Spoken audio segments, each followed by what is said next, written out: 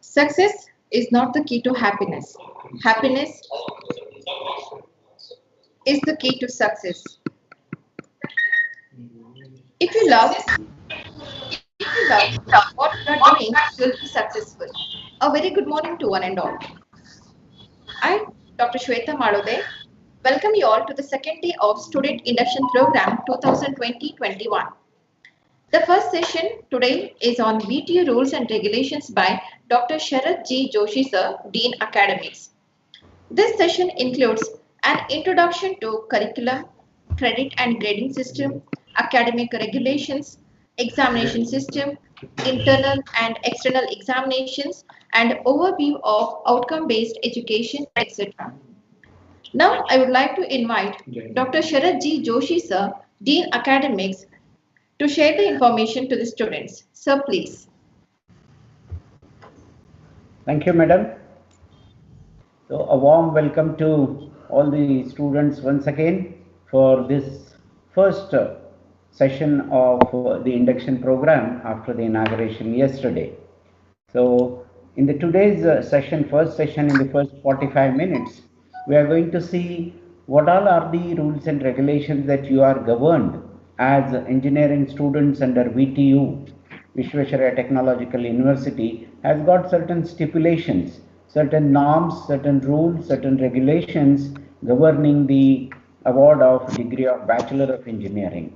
So we are going to see what all are those aspects, and you should remember all those things. They will be there with you for all the 8 semesters, and you should know each one of them, how your SGPA, CGPA is calculated, what are the norms of you getting promoted to the next semester, how you get first class distinction and also university rank. All those things we are going to discuss. So with this brief introduction, let me move on to the presentation and discuss in detail about all these aspects.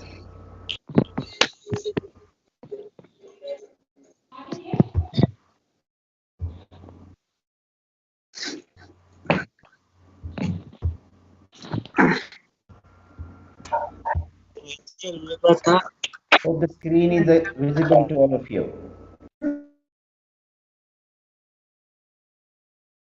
Yes, sir.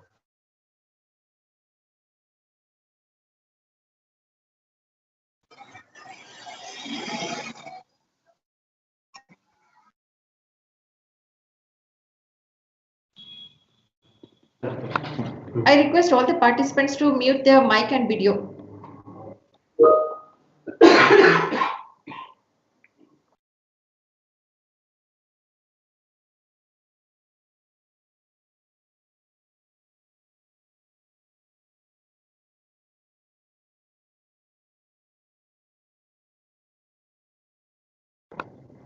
Joshi sir, kindly unmute your mic, sir. Unmute your mic, sir. Joshi sir.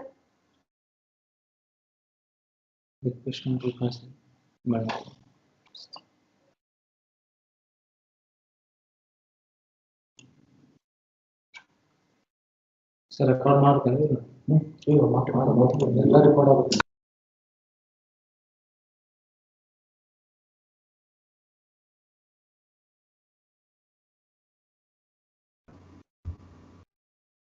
Am I audible now? Yes, sir. Yes, sir. You're audible, sir.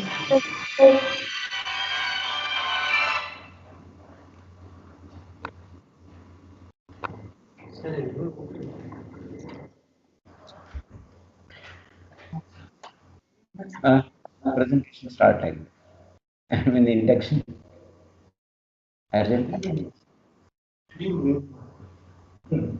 No.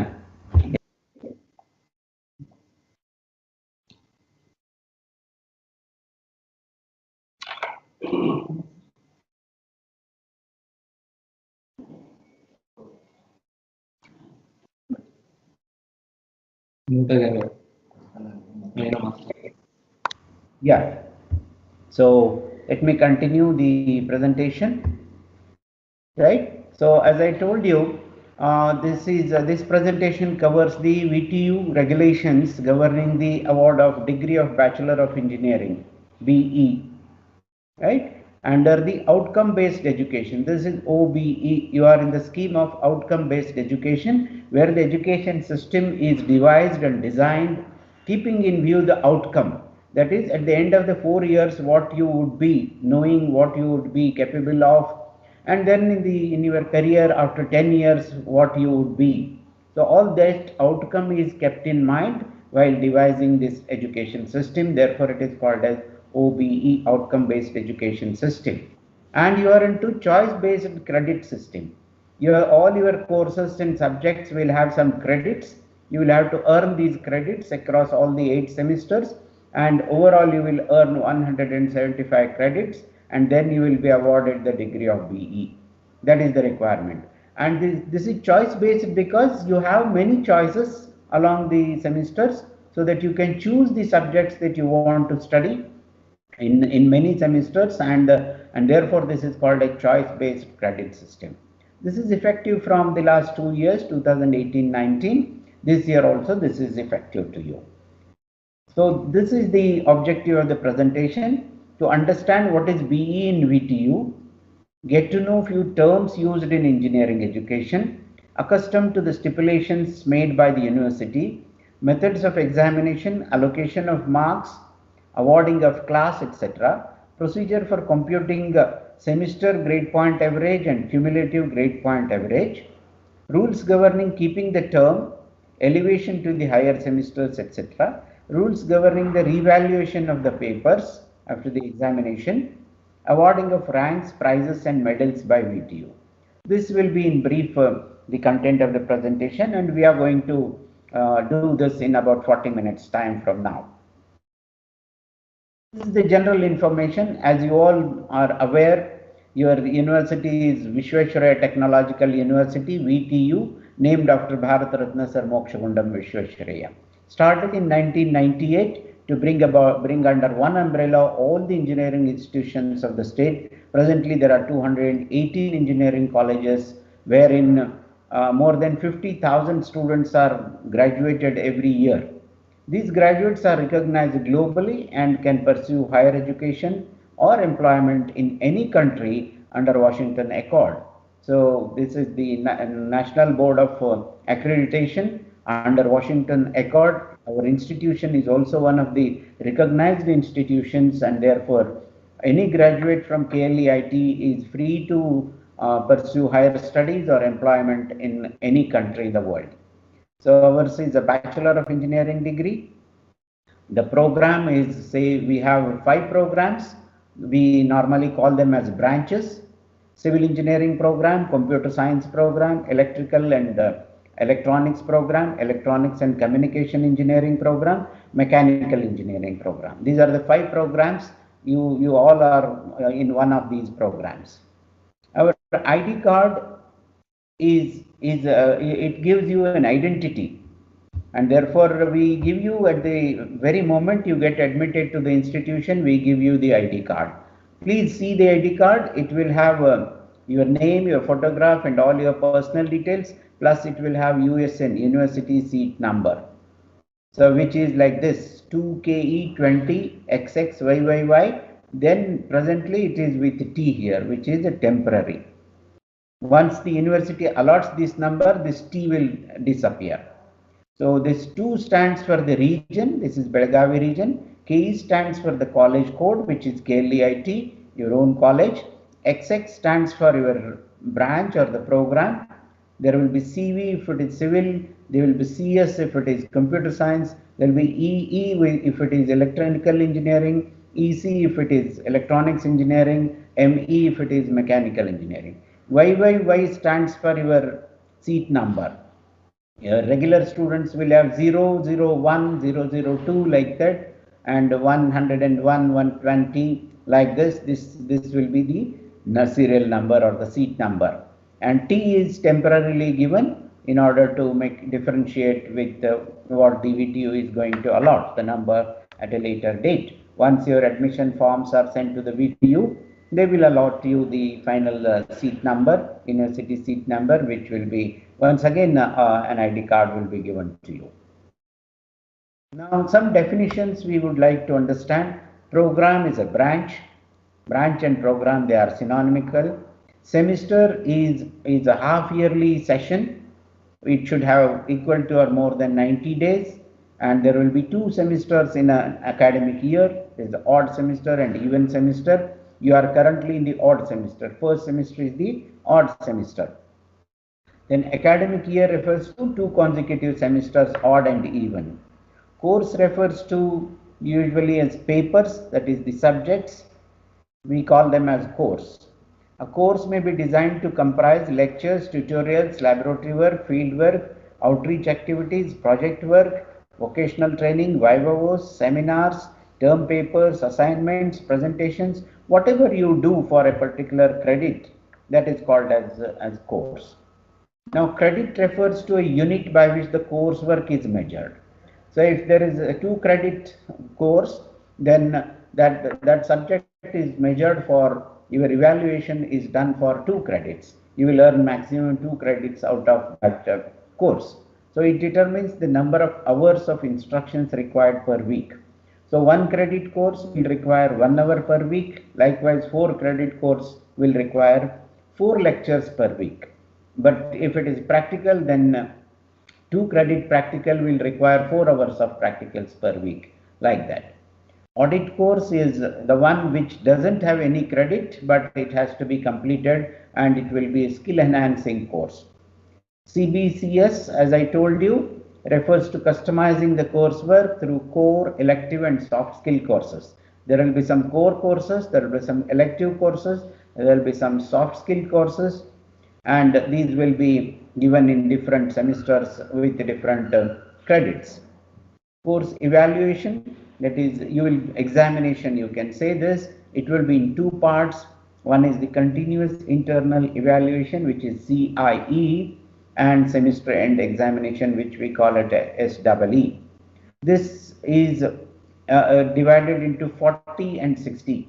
40 marks will be for your internal assessment, which is the continuous internal evaluation, and 60 marks would be for your semester end examination, which is conducted for by the university. So total it will be 100 marks for each course, irrespective of its credits. It may be a 2 credit course or a 4 credit course, but every paper will be evaluated for 100 marks. So continuous internal evaluation is, in short, you know it as internal assessment. CIE shall be by the course instructor, which is teacher, and includes tests, homeworks, problem solving, group discussions, quiz, mini project, seminar throughout the semester, with a weightage for the different components being fixed by the university. Currently it is fixed as 40-60. Now, SEE will be 1 examination at the end of the semester. I will come to the details how the marks will be allotted in the next couple of slides. So, the first attempt of a student refers to completing all formalities, that is including the attendance and the term work, and has become eligible to attend the semester end examination and attended at least 1 paper. With 1 head of passing, if the student has attended, then that attempt is called as the first attempt. If you have not attempted any paper and have not completed these formalities, then the attempt is not called as the first attempt. Credit based system, this I already discussed. Credit representation refers to the credit values for different academic activities considered. So this I'll explain. This is the credit value. So look at this table. If you have in a particular subject or a course 4 lectures, 4 hours of lecture per week, and there is no tutorial, there is no practical or laboratory work, that is, if it is 400, 4 hours of lecture, no tutorials and no practicals, then it will get 4 credits. Likewise, 3 hours of lectures, no practicals, no tutorials, then it is 300 scenario, it will fetch you 3 credits. If a course is having 2 hours of lecture per week, and 2 hours of tutorials per week, then it is 2-1 scenario, because this 2 hours of tutorial will attract 1 hour 1 credit, and 2 hours of lab will attract 1 credit. Therefore, it is 2-1 scenario, so it is 3 credits. If it is 2 hours of theory, no tutorial but 2 hours of practical, then it is 201 scenario and you have 3 credits. Likewise, 2 hours of theory, 2 hours of tutorial and 2 hours of practical is 211, it will have 4 credits. And if you have only practicals or laboratory work for 6 hours per week, it will have 3 credits. If it is 3 hours per week, which many of the subjects will have in your first semester, then it will have only 1 credit, 2 credits, like that. This will be 4 hours and it will have 2 credits here. This is 2002, like that. So the activities like practical training, study tour, participation in guest lectures will not have any credits, but those will be mandatory for your skill development. Now there is also a scheme called letter grading.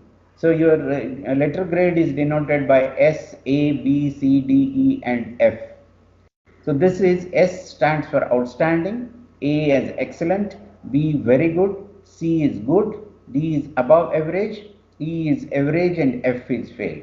Only F grade is fail, and if any student gets F grade, he or she will have to repeat that course in the next examination.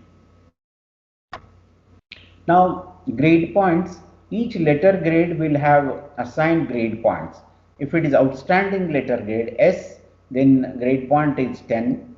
If it is excellent A 9, B 8, C 7, D 6, E is 4 and F will not have any grade point. It will be 0. So this is fail. So the student will not earn any grade point if the letter grade is F for any course. Passing standard is minimum 4 grade points, that is above E. It has to be E and above, then the subject is passed. Now grade point is the product of the credit point is the product of grade point and number of credits. If it is say 8, example here is 8 is your grade point and 4 credits are there for subject, your credit points will be 32. Like that. Now semester grade point average.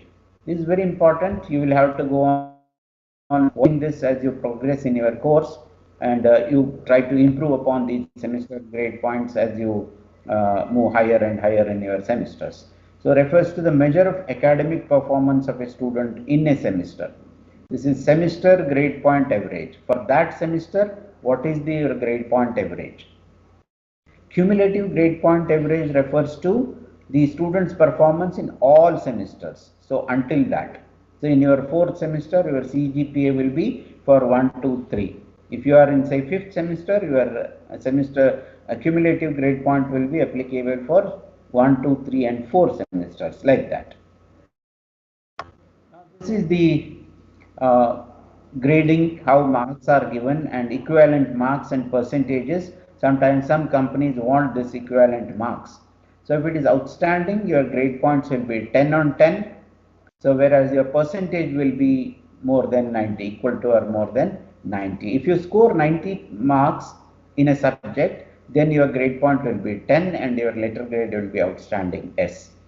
If you score between 80 and 90, your grade points will be 9 and you will be graded as excellent and you will get the letter grade as A. Likewise, 70 to 79, you can see this table. This is available on the website of the VTU as well, and also it is available in the lesson plan that we are going to give you, and also in the syllabus book that you fetch from the university and also from the college. These things are available, readily available. You will have to study and become accustomed to all this. As I told, grade F will be fail and the course has to be repeated. Now this is how our SGPA and CGPA are computed. SGPA is semester grade point average, which is a summation of the product of course credits multiplied by grade points. Say if there is a say 3 credit course and you have earned 8, 8 grade point in that. So this will be one subject. Likewise, another subject. Say you have 4 credit course and you have earned 9 credits, like that, go on adding, and here you add all the course credit. This is 3 plus 4 plus whatever number, so you get this SGPA. This is how you calculate the semester grade point average. So these are the course credits and these are the grade point that you have scored.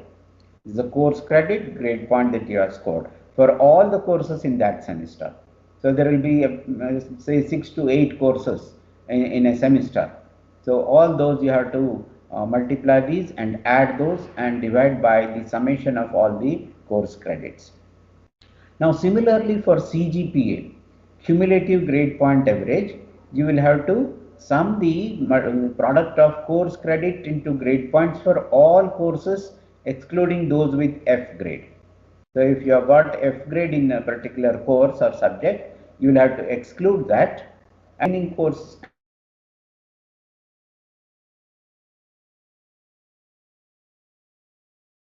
of the course grade. It will be like this only, like SGPA only, but you will have to include all the subjects until that semester. So this is only for one semester, current semester. This will be until that semester. So cumulative will be. So you will have to add for all the subjects. You can ask questions a little later when I end this presentation and give you time for question answer session. Right? If you have any questions, you can put them in the chat box, or also be ready to unmute yourself and ask questions. So these are the sample calculation. Let us not worry about these calculations right now. If you understand how it is done, that should be enough. We will deal with this a little later in your semester when you come back physically to the college. We can have these calculations and get accustomed to how this is done. This again, you see another sample calculation for CGPA. So all these say this is the SGPA and total credits. This also is done like that. They say if all the 8 semesters, this was the SGPA 7 here, 8.5 here, and 9.2 here, and which has 24 credits, 20 credits, 20 credits. So credits into the SGPA, summation of that, total divided by the total number of credits for BE course from 1 to 8 semester, the summation of all these will be 175. So that is how it is done. So this is your grade card. So this is given to you as your grade card. If you add all these, you will get 175. Okay, this is equal to 175. Now, how is class given? So percentage of marks, how percentage is worked out? If you have these grade points, how you will work out the percentage? Percentage is worked out by CGPA earned minus 0.75 into 10. So if your CGPA is 8.2, minus 0.75 into 10 is 74.5. So if your percentage is 74.5, then your CGPA is 8.2, like that. And class equivalence is first class with the distinction is if your P is more than 70%, then you are FCD, first class with the distinction. If your P is more than 60 but less than 70, you will be FC, that is first class, or if it is below, then it is second class. So that is how class is awarded by the university based on the score of CGPA or the percentage that you have scored, which is worked out from the CGPA or SGPA. This has nothing to do with the individual scores of the subjects, remember. This is worked out only based on your CGPA, not the average of all the subjects that you have scored. The marks will not be taken later on. Marks are considered only to give you the grade point, right? They are not to work out the percentage of your score or your class. That will be based on the conversion that is done like this. Some of the other rules, as we know, this program is called as BE. Any degree is called as program in MBA terms. So it will be of 4 academic years, 8 semesters of at least 90 days time. Maximum duration that one student can have is 8 academic years. No one can continue for BE more than 8 years. If in 8 years a particular student unfortunately is not able to complete the degree, then the student is not awarded a degree. He will be sent out of the course as not fit for technical education, NFTE. Now, see, it is 6 years for lateral entry students. Of course, you are not lateral entry students. You will be, all of you will have 8 years of maximum duration. If a student is unable to get eligibility to second year, even after 3 consecutive years, then the student has to get admission to first semester once again. Again, readmission to first semester after 2 unsuccessful years. So that is the rule. Maximum credit, as I told you, 175 in 8 semesters. For lateral entry, it is less. The courses or the subjects that are taught in these 8 semesters, they are grouped into 3 categories: humanities, basic sciences, and management, common to all disciplines, that is common to all branches. Then basic sciences include physics, chemistry, and maths. They are common again. Engineering sciences include materials, workshop, drawing, and basics of electrical, electronics, civil, mechanical, computer engineering, mandatory for all disciplines. These are mandatory in the first year itself. Then there will be professional core courses, which are of for that course or the program chosen for that branch. If you are from computer science branch, you will have certain core subjects which will be different from those we will be having electrical engineering branch, for example.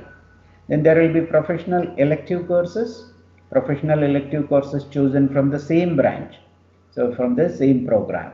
If you are again in electronics and communication engineering, your professional electives would be from the E&C department only. Now there will be some open elective courses. So elective courses chosen from other technical areas and emerging fields. A person in mechanical engineering can choose a subject from civil engineering in this open elective course. A person from electronics can choose a subject in electrical engineering, or any branch for that matter. They are called as open elective subjects. Then there will be some mandatory courses without any grade point, but pass in these is a must for award of degree. There will be some courses like the CIV or the CPH. They will be mandatory courses. There will be project work, mini project, and the main project carried out at the institution or elsewhere. You can do these projects in some research institute or in an industry without interfering with the regular class work, and it will be done normally. Mini projects are done across all the semesters, but the capstone project, which is the major project, is done in the final year. There will be a seminar, which is the deliverable at institution under the supervision of a faculty in the final year. There will be internship. Currently 28 days mandatory internship is there. Before you finish your 7th and 8th semester, you would have completed 28 days mandatory internship in some government organization or a private company or R&D institution or an IT company. Any industry, you would have completed these 28 days induction program before you will be graduated. This is mandatory. Then coming back to once again the continuous internal evaluation, that is IA pattern. CIE for the majority of the subject is 40. That is 40-60 scenario. We are into 40 internal and 60 by the semester by the university.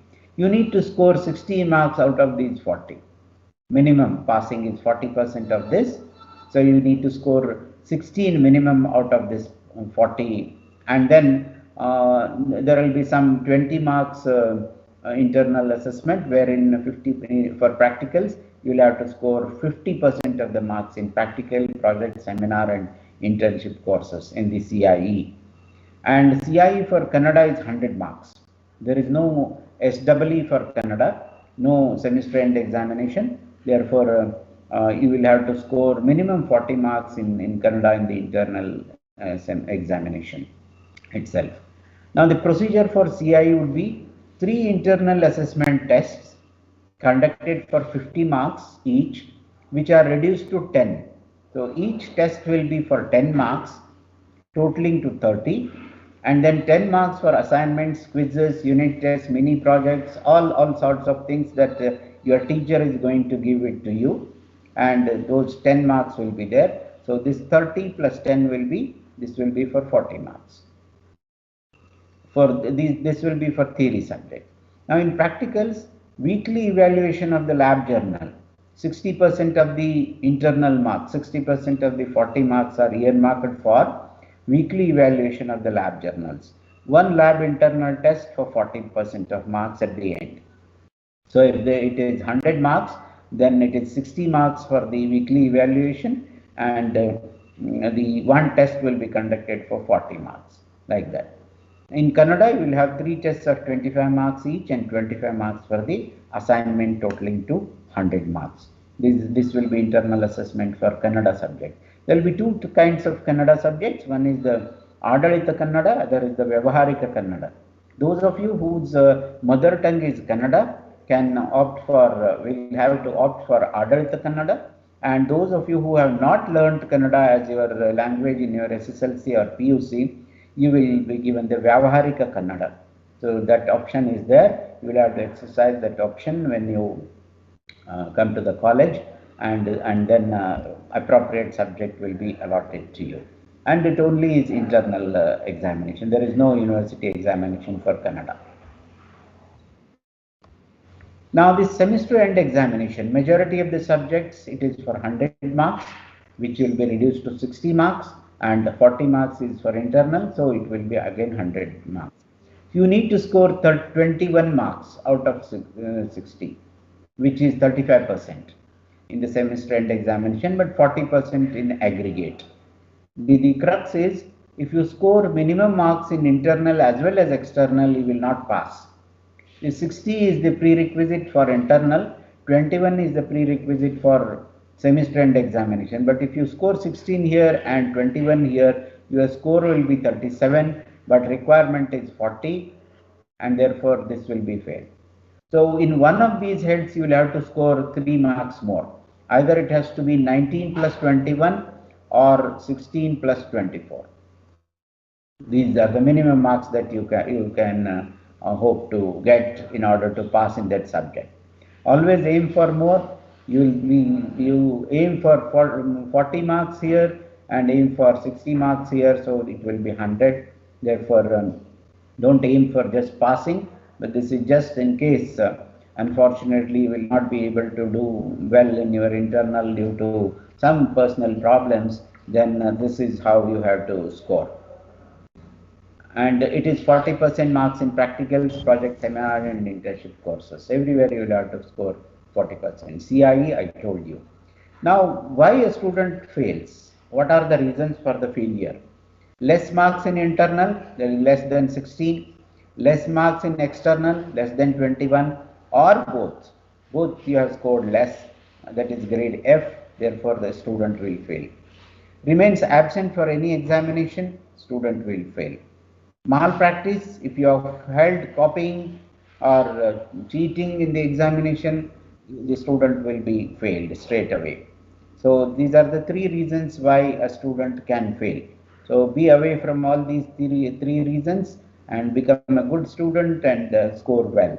That is how engineering can be conquered, can be achieved. A student having CGPA less than 5 may reject the courses and reappear for improvement in score. So if your score is less than 5, so you can reject some courses and then reappear for improvement. You can improve also your score CGPA. Revaluation. It is the student, if the student is not satisfied with the marks obtained in the university examination, revaluation can be applied for theory subjects. Any number of papers you can apply for revaluation. First, apply for Xerox or soft copy of your answer script. You will get the photocopy of your own paper first, and then you examine that.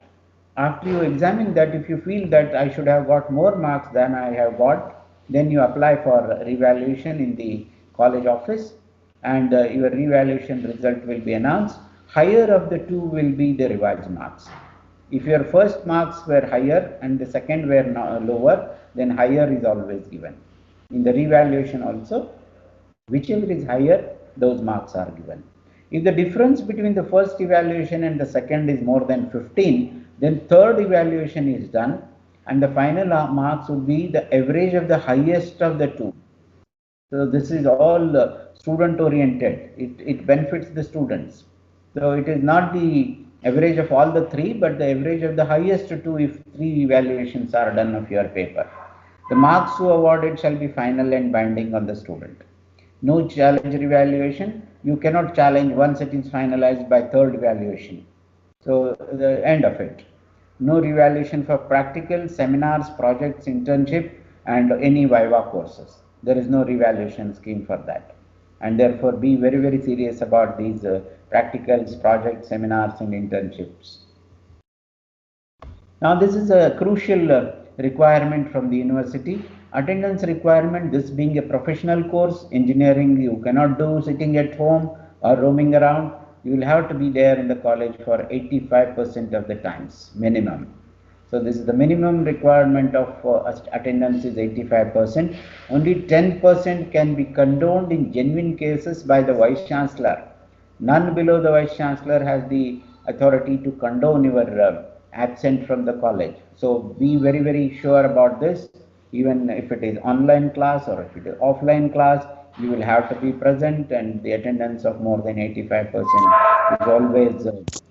is always watched, and you will have to qualify that. Vertical progression, that is the progression from one semester to the next higher semester, is done like this. It is permitted if the student has fulfilled attendance criteria from odd semester to even semester of the same academic year. So from odd to even of the same academic year, even a student fails in all the subjects but has fulfilled the attendance criteria, he goes to the next semester. From first to second or third to fourth or fifth to sixth, like that. Odd to even without any hindrance, provided attendance criteria is fulfilled.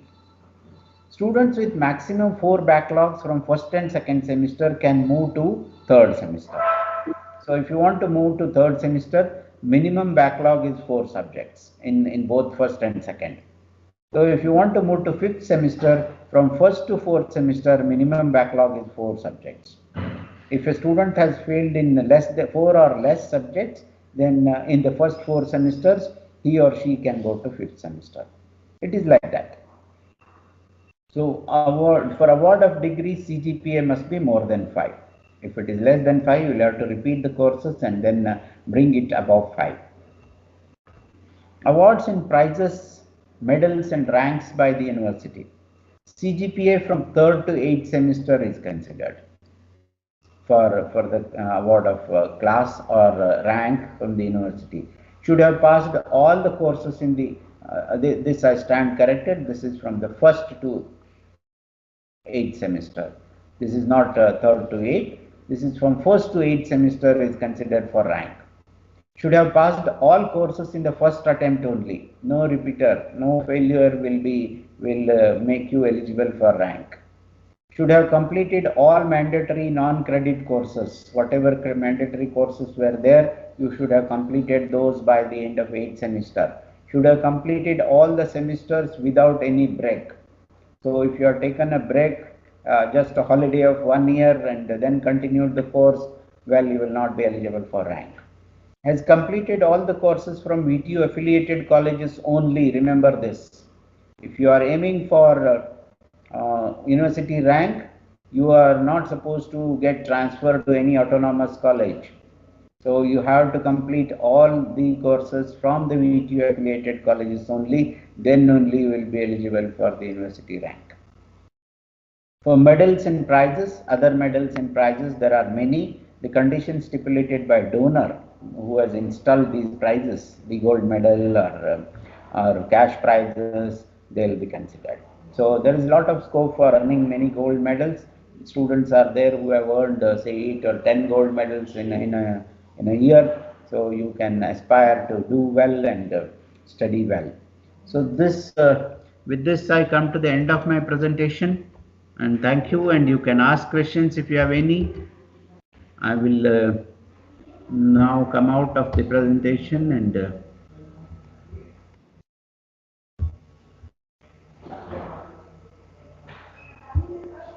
Thank you, sir, for explaining the VTU rules and regulations to our students in such a brief and clear manner. I'm sure that the students will utilize their time and work hard towards achieving greater goals in their future, sir. So, dear students, if you have any doubts regarding VT rules and regulations, you can ask to Dean, sir. You can unmute your mic and speak. Hello.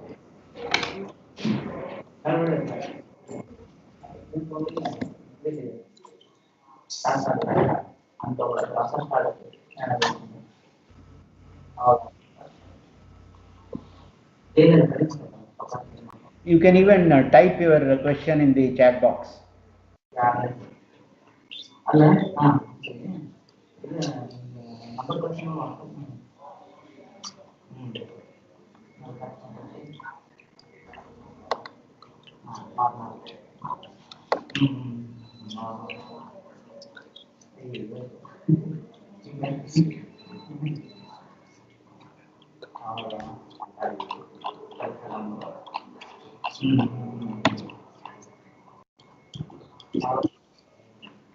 Yes, there is a question from Shreyas.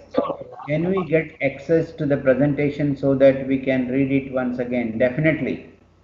Yeah, this presentation is recorded and you will be given this presentation.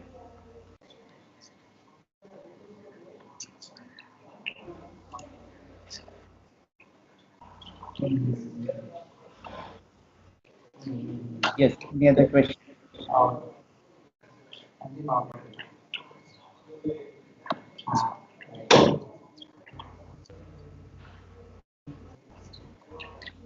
So you can even ask these questions afterwards also through your WhatsApp group. How to change from VTU to autonomous? Well, it's a difficult question. There are very stringent rules from changing. There will be equivalence committee, whether you have all the subject that you have studied here or equivalent to there or there, what you are going to study will add to your earlier study and you become eligible to 175 grade points. Then only you can go to the autonomous institution. Minimum CGPA required to get placements in top companies. So it is 7.2, 60% and above in most of the companies. But nowadays, more than the score, the companies are looking for the skills that the students will be having. So try to develop more skills so that you will be placed in the company more than your score. You said if we move to some other college except VTU, we will not be eligible for award. Is it so for even BVB? Yes, it is so for even BVB. Can we know that for first semester we have to attend classes of civil engineering and others if we are from other branches? Yes, you will have civil engineering also. You will have mechanical engineering also. You will have electrical engineering also. Whatever branch you belong to, you will have to study the basics of all the engineering branches. What are the other courses for CS students? See, if you mean the other courses outside the syllabus, you will be given that information once your mentor speaks to you. There are many courses that you can do as you continue in your semester. The NPTEL courses, SWAYAM courses, MOOC courses, many things that you can do. You can acquire more knowledge from various sources. So you can get to know these one by one.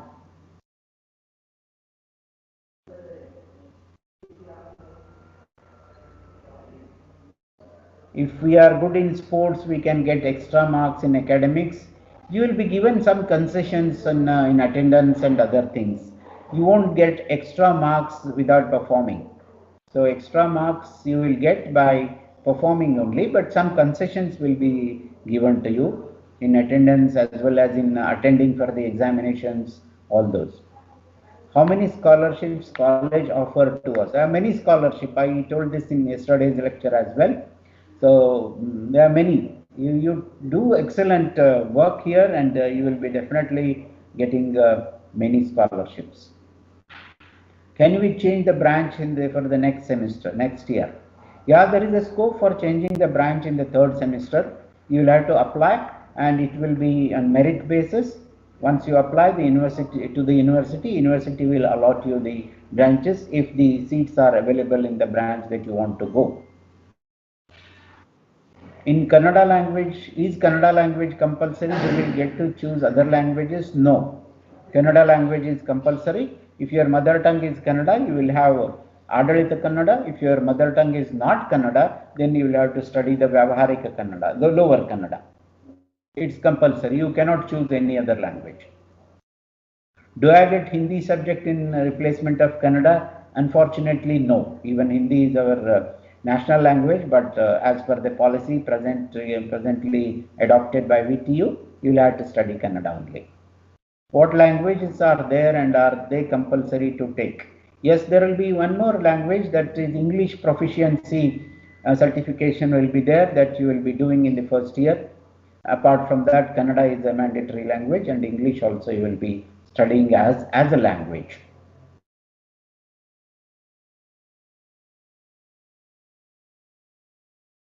Yes, Samir, I think I have answered you. Pramod, Sonali, Rohit, what kind of skills do we have to develop for our betterment in career? So these will be inculcated to you in due course of time. There are many skills that you need to develop, and the college will aid you, will help you to develop these. We have many experts, we have professionals in skill development, we have a skill development center as well.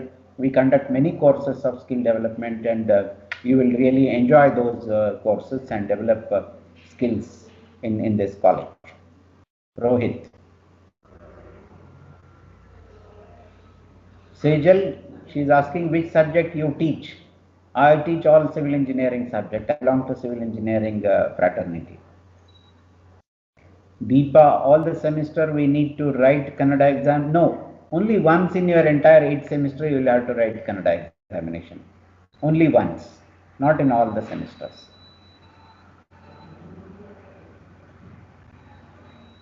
Hope, let's stop now, because the next speaker is a very eminent and prominent speaker. You would be, yes, you will come to know what is NPTEL. So I'll stop here so that our next speaker, who is a renowned speaker, will not be kept waiting. Right? Thank you all. We will interact. You can text me your questions. I'll answer. Thank you, sir. The second session is on Universal Human Values by Sri Rajiv Lochan Dasa, President, ISKCON Temple, Hubballi. It is a great honor for me to introduce our next speaker, Sri Rajiv Lochan Dasa, to the students. Sri Rajiv Lochan Dasa was born in 1972 in Sonepat, Haryana, India. He studied his BSc at St. Joseph's College, Bengaluru, and he joined ISKCON Bengaluru in December 1993. He is currently serving as the temple president of ISKCON Hubballi and heading his activities. Also, he is unit president of Akshay Patra Foundation, Hubballi. Sir, we are grateful for your presence. Now I request to present universal human values to our students. Over to you, sir.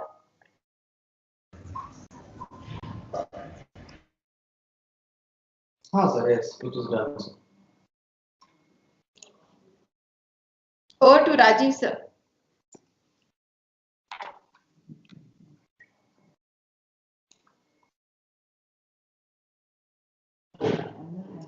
Sir, please unmute your audio, sir.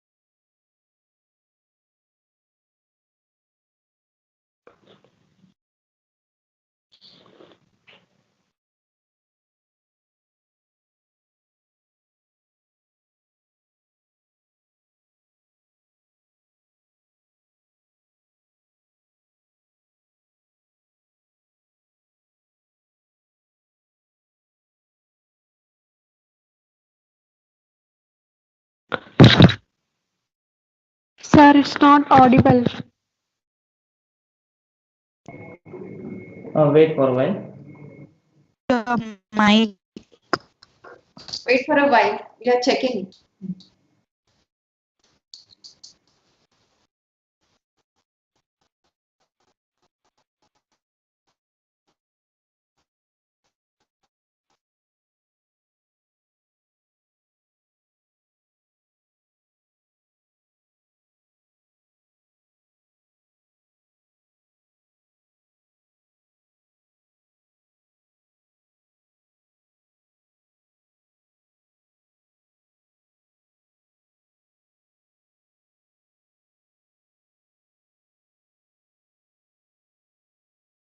Hare Krishna, Krishna Krishna, Hare Hare. Come in.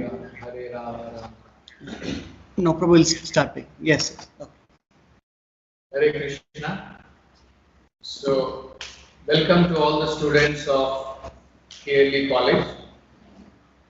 I am very privileged to be invited to speak on the topic of universal human values, and I would like to share some of the very profound spiritual wisdom about universal human values. The moment we talk about values, generally what comes to the mind of people is about spiritual values. I remember reading one incident wherein there were two very naughty brothers.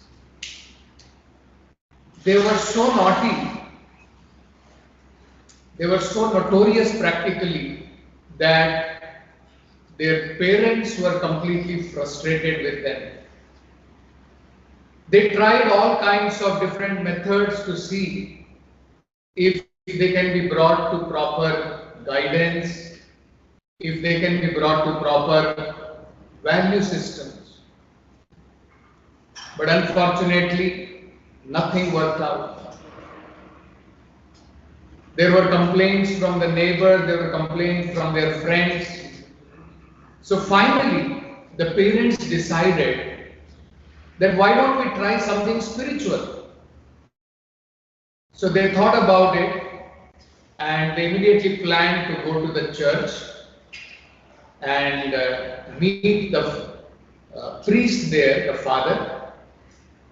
So they went and met the priest and told him that they are having two brothers, two children, but they are very notorious. They have tried all kinds of means to see that, they come to the right path, but unfortunately everything has failed.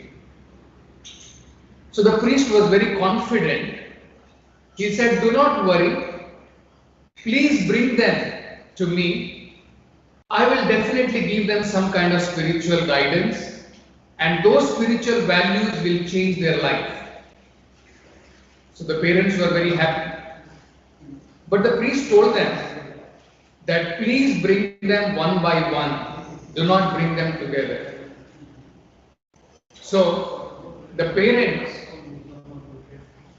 they kept one of the son in the house and another one they brought him to the church.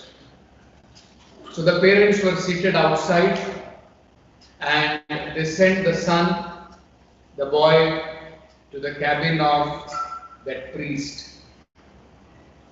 So the priest was sitting on his chair and he asked this boy to come and sit just opposite to him.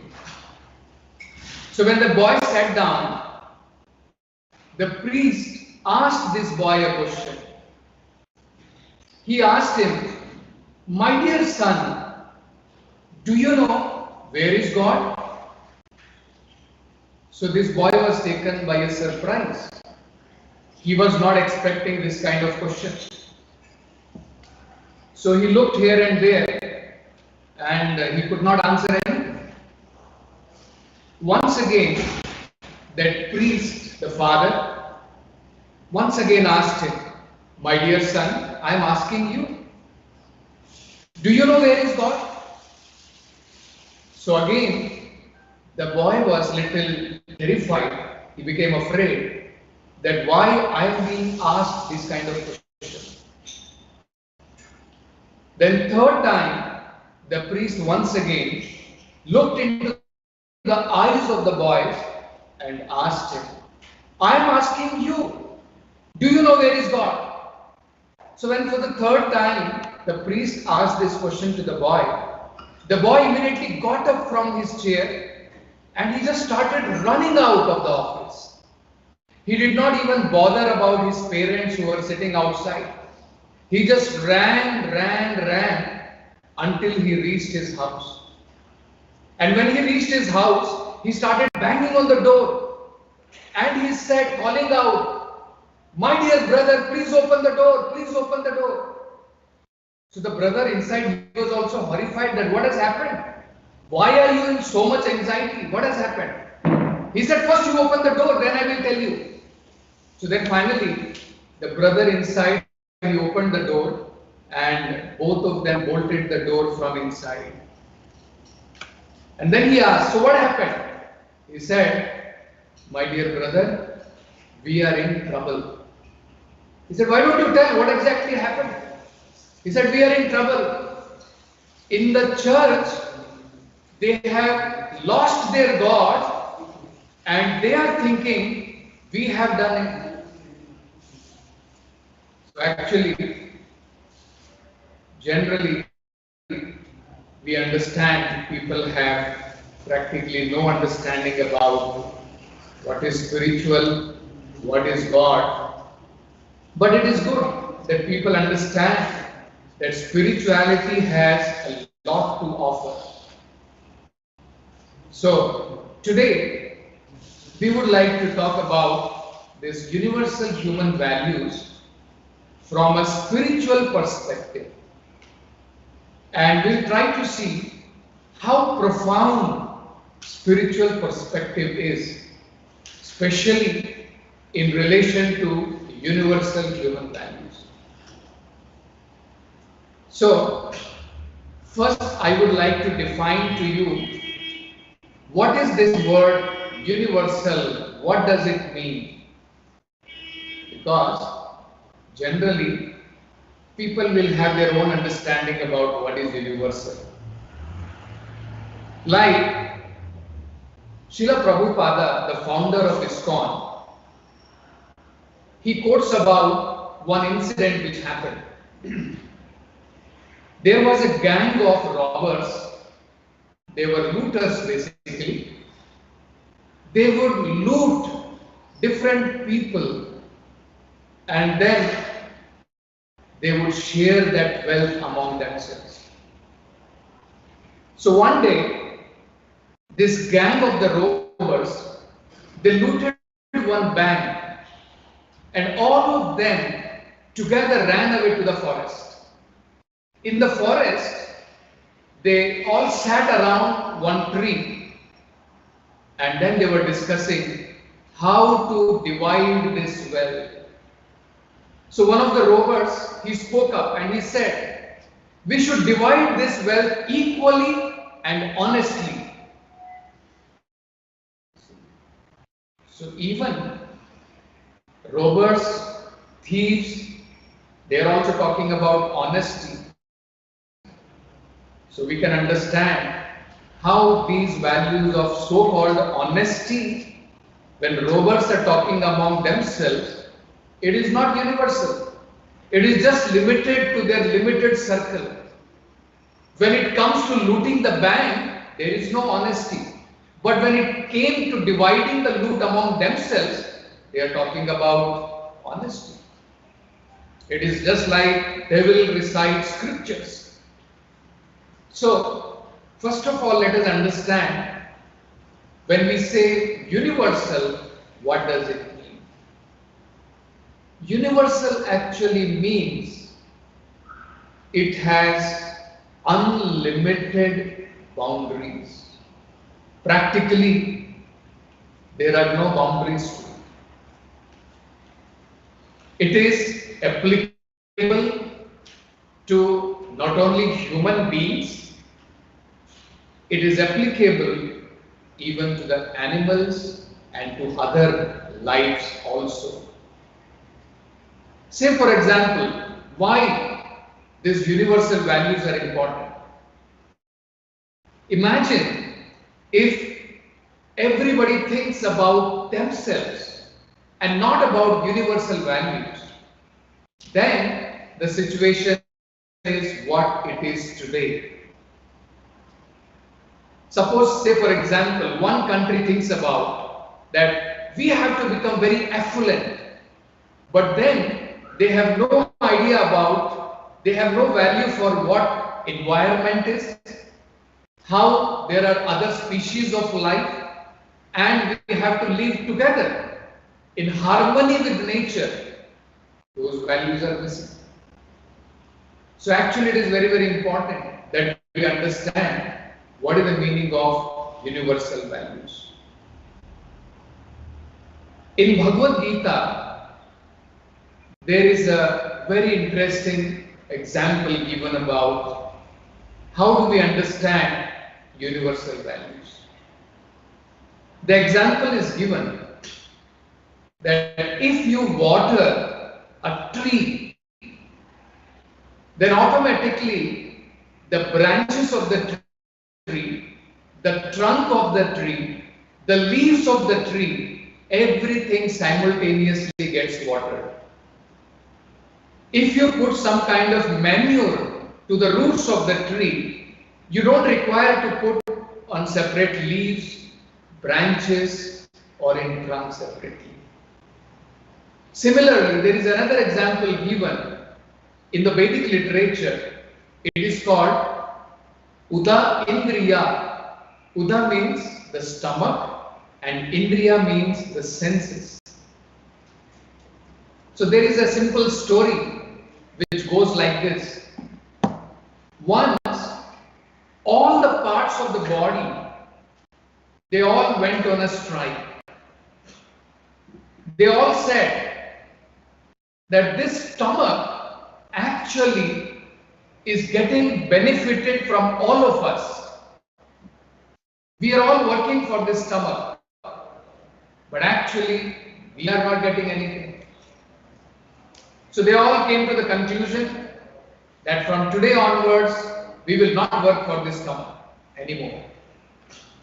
So the hands did not cooperate, the legs did not cooperate, the eyes did not cooperate, none of them worked at all. They did not give anything to the stomach.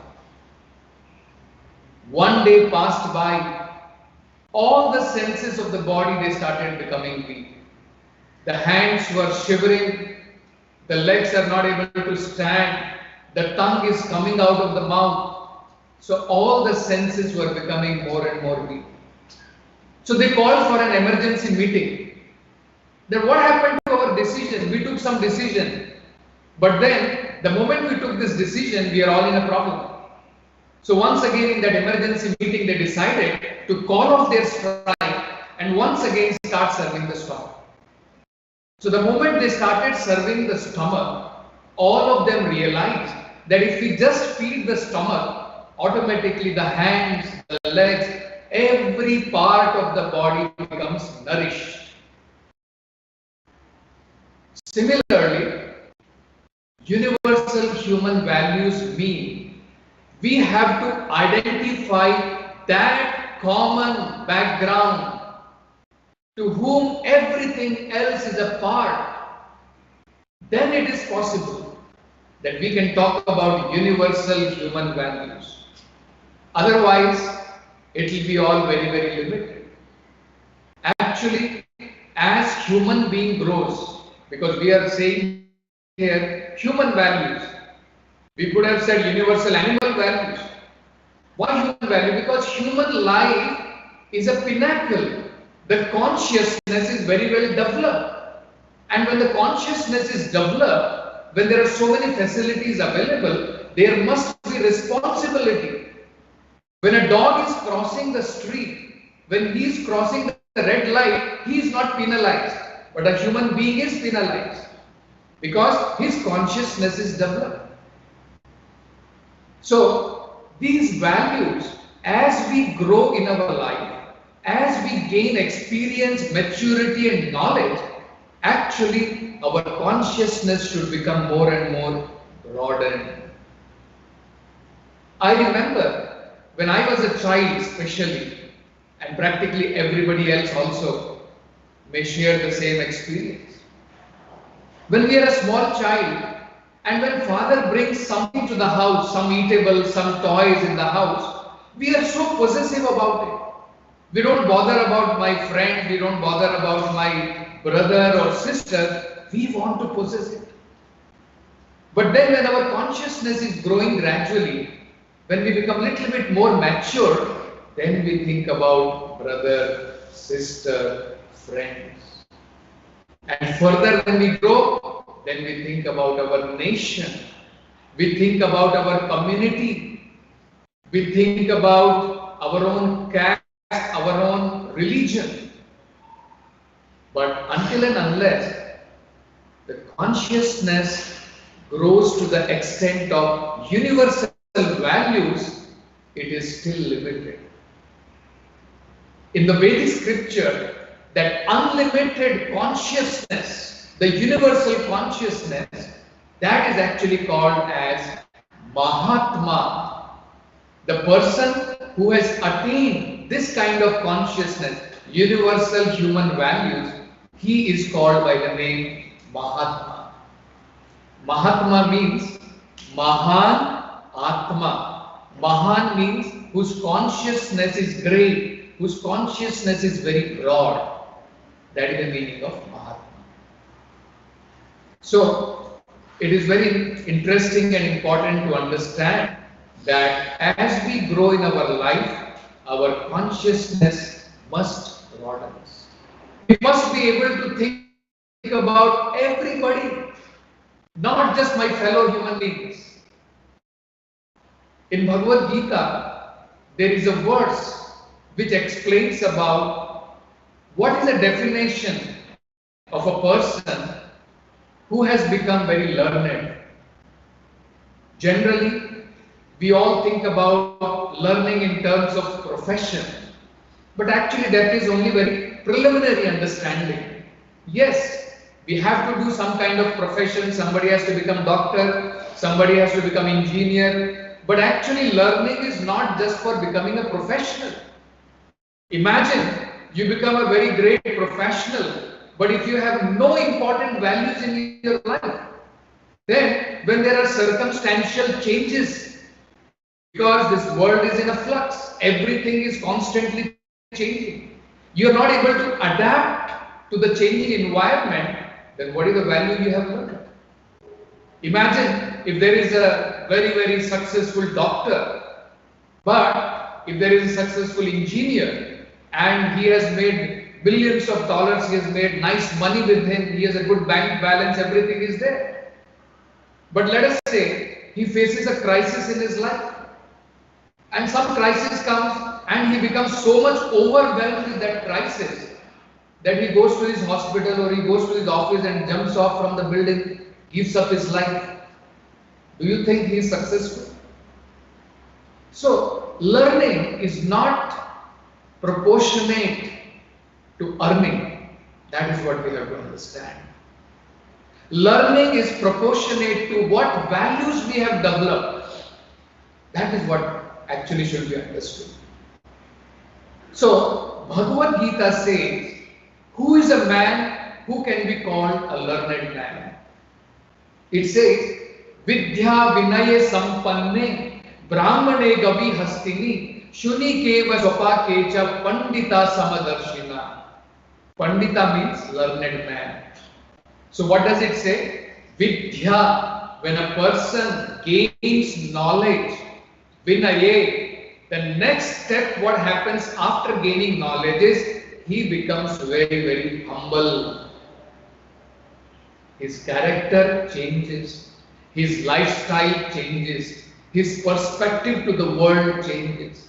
He understands I am just an insignificant part of the whole universe. He doesn't become proud thinking I am everything, everything is meant for me. No, he understands I am just a part. So he becomes very humble. The example is given in the Vedic literature. The more a tree becomes laden with fruits, the more it bends down. Similarly, the more a person becomes learned, the more he becomes very, very humble. Vidya vinaye sampanne. So what happens when he becomes very humble? When he becomes very learned? Brahmane, Gavi, Hastini. He sees with equal vision a person who is a Brahmana. Brahmana means a learned man. Brahmane, Gavi, a cow. Hastini, an elephant. Shunikeva, a dog. Swapakecha, a dog eater. Everyone he sees with equal vision. Now, why he sees with equal vision? It is also very interesting. This is also very important value. To look every living entity with equal vision. Just like if you cut my throat, I feel a lot of pain. Similarly, if I have to cut somebody else's throat, they also feel a pain. This is called universal value. Now, how this value is achieved? With what understanding this is achieved? Is it simply in our mind we are thinking? No. Actually, it comes with realization, understanding the truth. Just like imagine, today all of you are wearing different kinds of dress. Somebody is wearing red dress, somebody is wearing black dress, somebody is wearing blue dress. So I should not be identifying you all with your dresses. I should not be saying, my dear red dress, please come here. You will feel insulted. You will say, sir, what is this? Today I am wearing red dress, tomorrow I will be wearing blue dress. So do you think I am that dress? I am inside the dress. So similarly, Vedic literature says, this body, somebody has a human body, somebody has an animal body, somebody has a Brahmana body, somebody has an American body, somebody has a black body, somebody has a white body, somebody has a woman body. What does it matter? It's just a dress for the soul. The soul is inside the body. Why we should identify ourselves with the dress and others with the dress? And that is what creates problem. Whites are thinking these people are abominable, we will not touch them. They are untouchables. They are black. No. What is there? Today you are having white dress, tomorrow you may have to take after this birth. If you have to take another birth, you may have to wear another dress according to your karma. So, person who is in knowledge, he understands the reality. He understands that actually these are all external dresses. So, he sees everything with equal vision. Brahmane gavi hastini shuni keva swapa kecha pandita samadarshina. Not only Bhagavad Gita, even just few hundred years back, there was a learned personality. His name was Chanakya Pandit. He also gives a definition of what is the meaning of learned person. Whom can we call a person who is very learned, wise person? So he says, these are very interesting, very important values you can see. These values do not exist, unfortunately, in today's world. And it is very important. What you give value to, what we give value to, decides our action, our behavior, and factually the whole civilization. If we give value to money, comforts, and all these things, and we don't bother about environment, then today is the best example of modern civilization. This is the civilization where values are given to money, values are given to position, not to character. You may be characterless, but if you are sitting on the topmost post, you are given value. And that's why you find the whole world is topsy-turvy. Because people have forgotten. Universal human value. What should be given value? So, Chanakya Pandit explains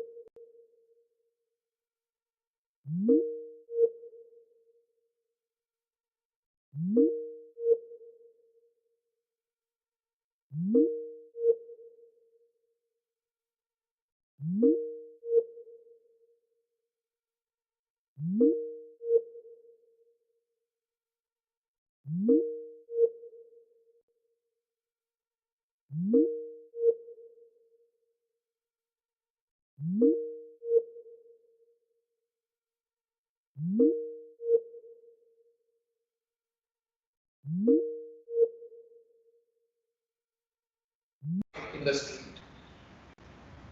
Para drabbeshu, drabbeshu means wealth of others. It should be loshtavat. Loshtavat means like waste. Like just like we put waste in our dustbin. Will anybody be interested in taking a lot of dust from the street and accumulate in his house? No. What an important value. Even 100 years back, even 100, 150 years back, so important values was there. That even if somebody's money is left over in the street, nobody will touch it. Today, in every house, we have to put beware of dogs. Why? Because those values are lost. So, para drabbeshu loshtava.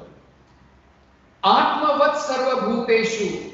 Every living being should be looked upon just like me. If I feel pain, everybody else also feels pain and pleasure. So everybody should be looked upon just like myself. Yah pashyati sa panditaha. Anyone who sees like this is actually pandita, a learned man. So actually, these important values are very, very important. Our Vedic wisdom actually is filled with these very important values. I'll give you one very simple example to make us understand how in the Vedic culture everything was in harmony. I remember my mother used to tell me, because it is given in the scriptures, that my dear son, I was only thinking about, I have only my mother who has given birth to me. But our Vedic scriptures are saying, no, not just the mother who has given me the birth. There are other mothers also. So then I was surprised, what is that other mothers? So my mother told me that even this earth itself, it is to be considered like one's mother. Just like the mother nourishes me, gives me care, takes care of me, Mother Earth also takes care of every living entity. Imagine, will we exploit our own mother? If we have this important understanding and value, will we ever exploit our mother? And that is why in the Vedic system, now also people talk about Rama Rajya. Why they talk about Rama Rajya? Because everything was in harmony. People to people were in harmony. People, nation to nation were in harmony. Nation, people to environment, climate, earth, everything was in harmony. When it is in harmony, there will be abundance. Abundance of production will be there. But now, just imagine, you'll be surprised to understand what kind of value system actually today has come about in the whole world. That we are practically on the verge of devastation, whether it is because of global warming, whether it is because of nuclear, different kinds of atomic bombs and nuclear bombs which different countries have invented, or whether it is because of earthquake or tsunami, because of the disturbance we create, disharmony we create in the nature because of our selfish values, not universal human values. So we can see that actually the spiritual wealth, it gives us the spiritual knowledge, it equips us with important universal human values. And actually we can see what is the result. Finally, the result should be everybody should be happy, everybody should be satisfied. Now let us see the values which we have inculcated in the society, whether it is money, whether it is comforts of life, and whether it is sense enjoyment, and practically no other values are there. What is the result of that? Are people satisfied? The result is so much of war going around the world. People are fighting like animals, like cats and dogs. Disharmony even in the families are there. Disharmony in the nation is there. Disharmony between different nations are there. We have United Nations, unfortunately, we are only disunited. Because just by creating a United Nation, the problem will not be solved. We have to change the human being, the quality of human being. Sometimes Prabhupada used to give a very interesting example. He used to say, imagine you catch some 20 dogs, you put them in a room and you tell them keep quiet. Is it possible? After all, he is an animal. How he can keep quiet?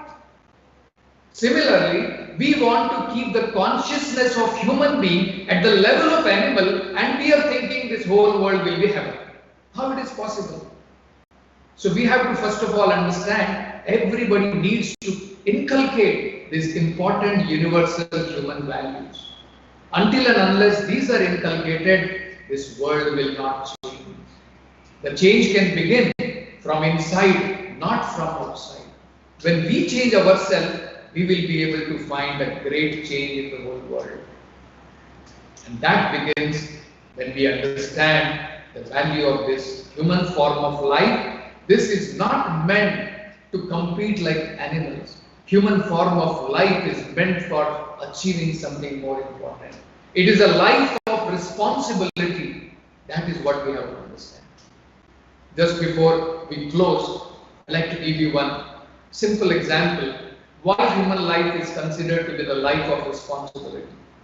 I remember when I came first time to Hubli from Bangalore, and I went first time for our land. We wanted a land for our Akshaya Patra and for our temple construction. So I went to the office of DC, and the DC said that you please come and meet me in my house.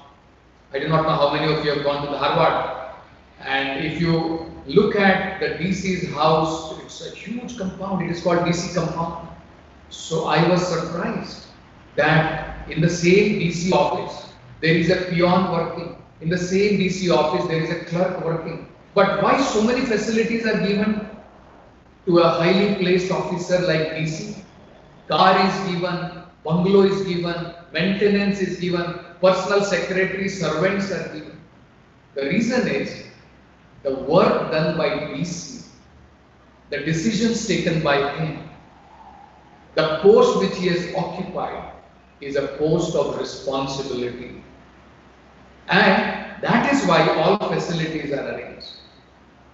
Imagine if the DC starts working like a clerk or a peon, then what will happen? Then the government will say that better we de-promote you. There are vacancies available. You can take the post of a clerk or a peon. Similarly, this human life, we should understand, the other lives do not have so much of privilege. We have got so much of privilege, so many facilities are provided to us. Why? Because it's a life of responsibility. So we cannot shed our responsibility and be like, in a mad race like animals. We cannot be.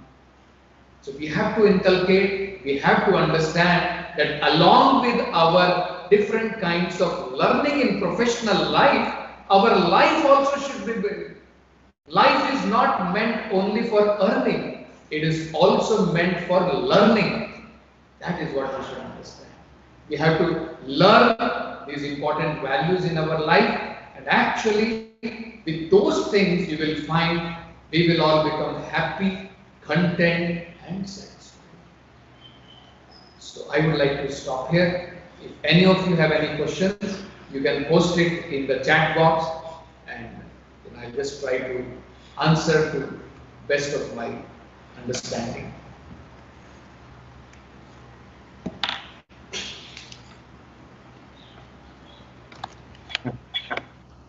Thank you, sir, for imparting human values in students.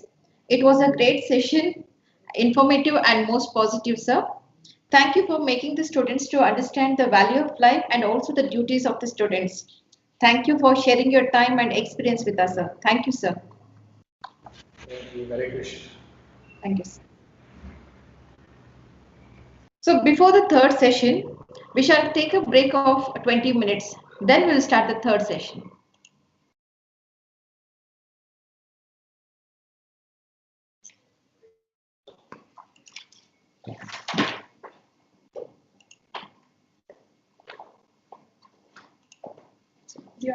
Video.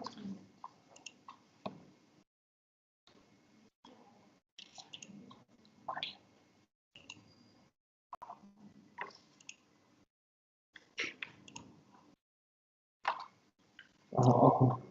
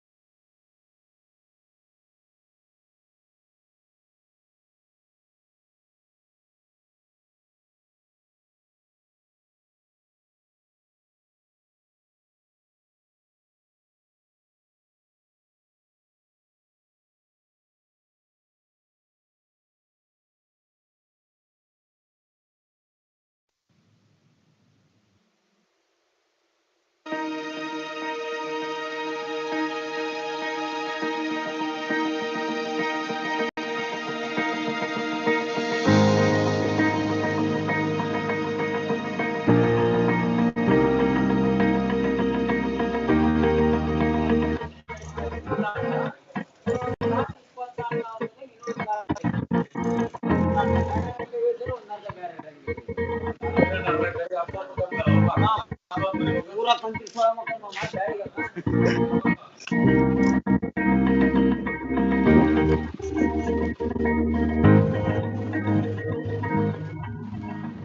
the world is driven by technology. We in KLE Institute of Technology try to leverage this momentum and inculcate this drive in the young minds. We set our standards very high. Our IT programs make our students self-reliant in programming skills, and our core branches empower our students to stand up to the requirements of the infrastructure development of our country. All our programs are accredited by NBA so that our students are accepted globally. I call upon young minds to come and be part of this glorious journey.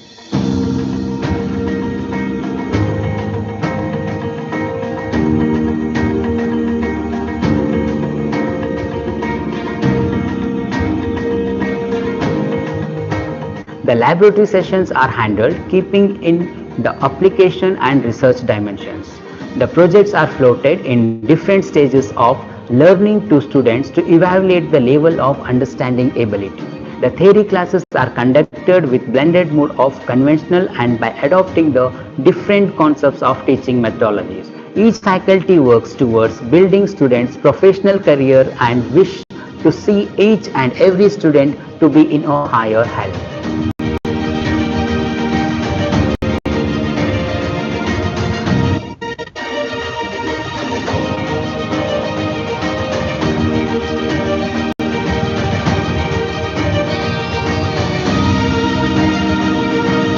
Our college environment is green and beautiful, which creates an pleasant environment and atmosphere for the students. Our college is state-of-the-art facilities and very dedicated, committed faculty. Encouragement to the students by the college is really remarkable.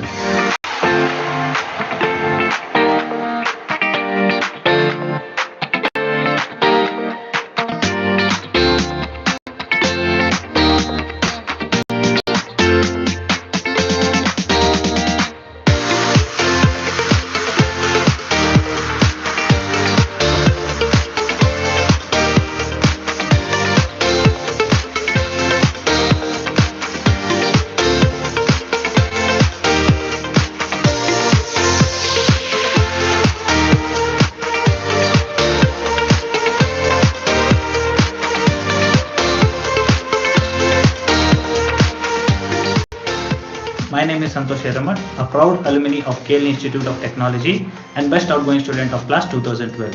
Presently, I am working in Government of Karnataka as a KS officer. It's my privilege to be a graduate of KLE IT Hubli, an institute with a beautiful campus, well-equipped infrastructure, and above all, a motivated and highly knowledgeable staff who are dedicated towards building a beautiful career for their students. It's my association with KLE IT which has helped me to build a career of my dream. I wish great success to each one of you and have a fun-filled journey in KLE IT. Thank you.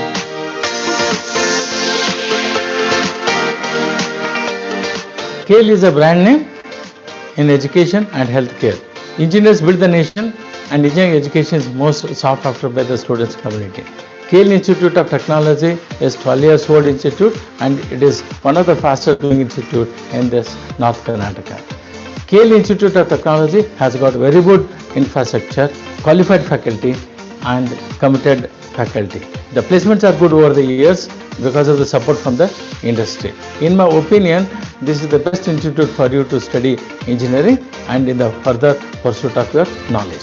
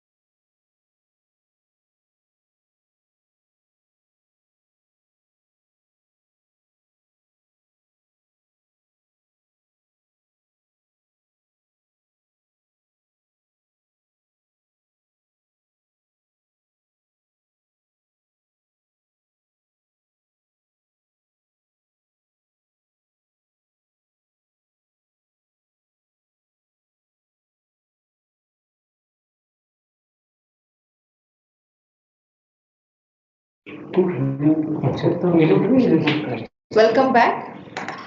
The third session is on soft skills by Dr. Ramesh R. Bulbure, sir, former Dean, KLE IT. I now request Professor V.G. Hiremat, sir, to introduce Dr. R.R. Bulbure, sir, to the participants. Over to you, sir. Thank you, ma'am. Good afternoon, everyone. It is my pride privilege to welcome and introduce our speaker, Dr. Ramesh R. Bulbure. Sir was born in the year 1949 at Gadar in a family of doctors. Sir had his earlier education at Gadar. Sir completed the mechanical engineer in the year 1972 from Karnataka Engineering College, now National Institute of Technology, Surathkal, South Kerala, and securing second rank to the Mysore University. And Sir has completed master degree in mechanical engineering from the prestigious Indian Institute of Science, Bangalore. Sir has 44 years of professional experience both in industrial field and education. Sir has been serving as a visiting faculty member to BUB College of Engineering and Technology, now KLE Technological University, Hubli, since 1982. Sir has served Tonthadi College of Engineering, Gadar, for nearly 3 years as a Dean Academic, as a training and a placement officer, and a principal during 2003 to 2006. Sir has also served KLE Society College of Engineering and Technology, Belgaum, for 2 years as a professor in the Department of Mechanical Engineering and as a Director of Science and Technology Park State. Sir served this institution for 10 years as a professor in the Department of Mechanical Engineering and as a Dean Academic. Sir presently is a visiting faculty. Sir has been awarded PhD in Mechanical Engineering from VTU, Belgaum in June 2015. Sir has written and published two books, namely The Indian Constitution and Professional Ethics, Management and Entrepreneurship, which have received good appreciation from teaching faculty, members, and students. Sir is a life member of Chinmay Mission and EXCO. Now I request Dr. Bulburi sir to present. Sir, over to you. Sir, please. Thank you. Thank you, sir. Thank you.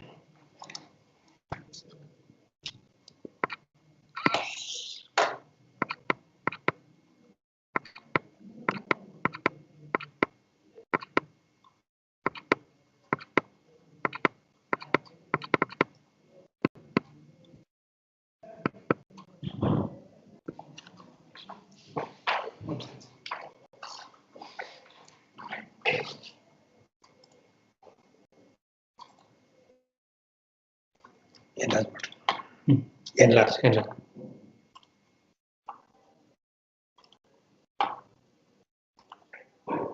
No. Shall I make it?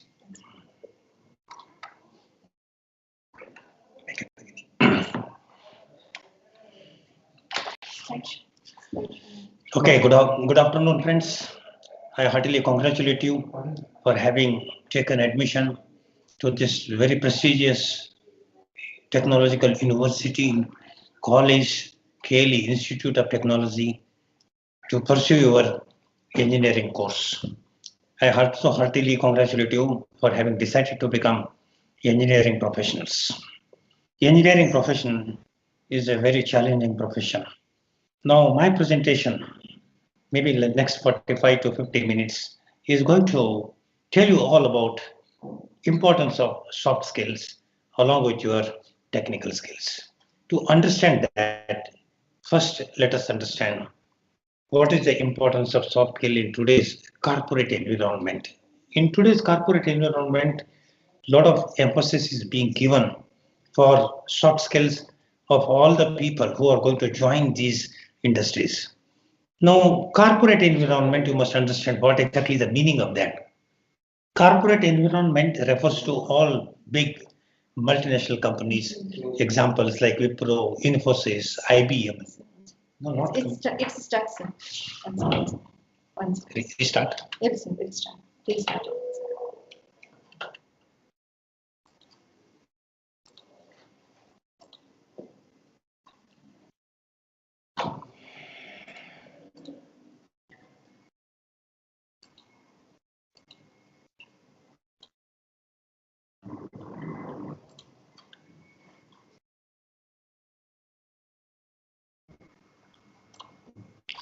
Miss, you're checking here, it is Yes, coming sir. or not? Yes, sir. On YouTube. Yes, yes. It has not come right from the beginning itself. Huh? Yes, sir. It was muted something. Sir. Restart first again. Yes. Now it's coming. Okay. Now it is coming. Sir. Okay. Yes.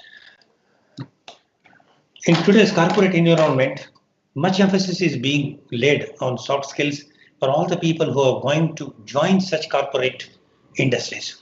Now you must understand what exactly meaning of corporate environment.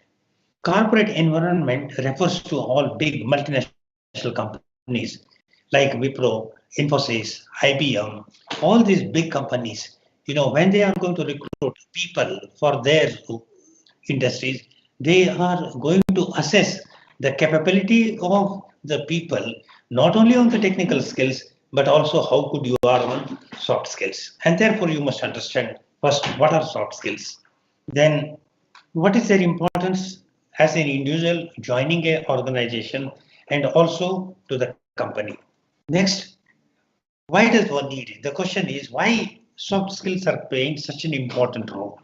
And the next is, if they are so important, how one can acquire these soft skills. Now let us explore and understand this oftenly used and very misunderstood set of skills which are called soft skills. In every business enterprise, an employee is going to bring two types of skills to his or her work table. One is technical skills. These technical skills you are going to acquire, in a very methodical study, like joining such institutes like KLE Institute of Technology, where you are going to study over a period of 8 semesters spread on 4 years. And these technical skills you are going to acquire. Whereas soft skills, there are no such colleges or no such institutions where soft skills you can learn and acquire and get a certificate. Then the question that arises is how to acquire soft skills. And therefore my presentation is going to revolve around how the soft skills can be enhanced during the course of your education as an engineer. For example, a mobile phone technician knows how to repair a mobile phone and set it right. I'm giving you the example, a very simple example of mobile phone, because life without mobile phone is impossible in today's world. Everyone carries a mobile phone, and therefore I'm just giving you an example of a mobile phone to just understand the importance of both technical skills and soft skills. Okay, then he also has got some basic skills on how to deal with the customers. When the customers come to that particular person to get their mobile phones repaired, he also has got certain set of skills to how to deal with the customers.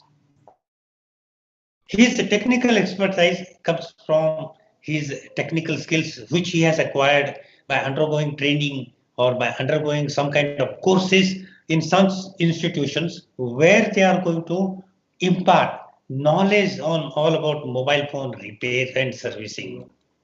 Whereas his customer interaction skills come from his soft skills. Nobody has trained, nobody has given him any special training, but these are the skills which he has acquired on his own. In other words, the softer aspects of one's job requirement can be broadly classified as soft skills. Now, to make it more clear, I'll give two examples. Okay, so your one friend by name Mr. Sanjay has got a girlfriend. And nothing wrong having a girlfriend, just like a boyfriend, he has got a girlfriend also. Now, he has promised his girlfriend that morning I'm going to give a call. Now, what has happened? The mobile phone has gone out of order and he has not been able to contact. And no, he's very much upset. So he bunks the classes, goes to the city looking for a person who can repair the mobile phone. Now, when he's going on the road, Kopika Road, he comes across a very catchy name, Raja Mobile Phone Repairers, and then he enters that shop to get his mobile phone repairer. Now look at the way the owner of Raja Mobile Phone Repairer is going to treat that particular person. When this fellow enters, he gives only a cursory look, doesn't allow him to even sit before his chair. Then in a very rude voice, he's asking, what can I do for you? Then this fellow says, my mobile phone is out of order, please repair it. Then very rudely, he takes that particular phone from him, opens it and says, no, I can do it, but my charges are 1200. But this fellow somehow get upset the way the owner of that particular shop is treating the customer. He says, sorry, I don't want. I will look for somebody else. Then he comes out. Further, he goes ahead. Then he comes across one more very catchy name of the repairer, Rani Mobile Phone Repairers. Rani catches his eye and then he says, okay, let me go there. But look at the owner, how he is going to treat the customer. The moment this fellow enters, he says, sir, welcome. He offers a chair to sit. Then he asks his attendant, get a glass of water for him. But this fellow is very anxious, to get his mobile phone repaired. He says, sir, don't worry, sir. All your problems I am going to solve. Then he says, what do you like to have, sir? Tea or coffee? Then this fellow says, I want tea. Okay. Even one cup of good tea also is served to him. Now he asks, sir, what can I do for you? Then this fellow says, my mobile phone. He opens up and sees, sir, I will do it. Don't worry. I will definitely hand over to you repaired phone by evening 5 o'clock. You come and collect. This fellow is so pleased. He doesn't even ask what are the charges. And he gives that particular phone for repair. Now look at the two instances. One where that particular fellow very, very rudely treated the customer. He is not happy. Whereas the other person has treated so nicely. And these kinds of skills are all soft skills. And there is no way to train a particular person in a very regular way. These have to be acquired on their own by observing the entire environment in and around them and looking at the people, how others behave. Okay, and therefore my presentation is going to tell you some importance of basic soft skills, what are the various soft skills, and finally I'm going to tell you how these soft skills can be acquired during your engineering education. These soft skills generally include the following thing. Communication skills.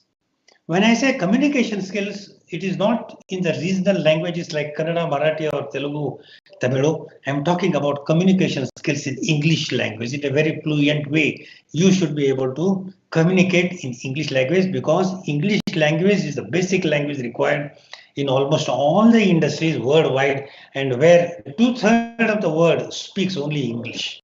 And therefore, communication skills in English language is very important. Number two, presentation skills. Presentation skills refers to presenting a particular project report or a particular work that you have so far carried out, maybe before a group of audience, your customers or your board of directors, what you have been doing, the way I am now presenting a particular topic. So the presentation skills are equally important. Then interpersonal skills. In the today's environment, you are not working alone. Remember, you are working in a group of 5, 10 people together are given the assignment to reach a particular target. And therefore, interpersonal skills refer to your skills to deal with the people in the group, how you can deal with the other people in the group, how you can deal with your subordinates, how you can deal with the superiors, and their interpersonal skills are also very equally important. Then customer service, how you are going to treat the customer. Like I gave the example of a mobile phone repairer. So customer service, how to please the customer, how to understand his requirements, how to satisfy his requirements. These are all very important in today's world. And finally, social graces. A lot of people are observing you, particularly in social functions. Maybe you are attending a marriage function or a reception of a particular friend, or you are attending a birthday party of somebody. Then how you are presenting yourself in such social functions. So social graces also are very important.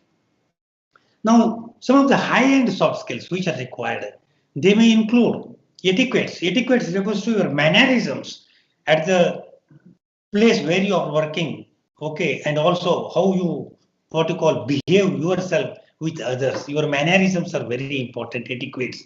Stress management, I give stress management because today's world is highly stressful, particularly when you are going to join some industries, you are going to be loaded with a lot of work, and therefore by the time you come home, you feel highly stressed. So I'll give some simple examples. Okay, how you can de-stress yourself even during your engineering education. When you get stressed with a lot of tests, assignments, and other work that is being given by the teacher, by the time you go home, you will be feeling highly stressed, not feel like studying, not feel like opening the books.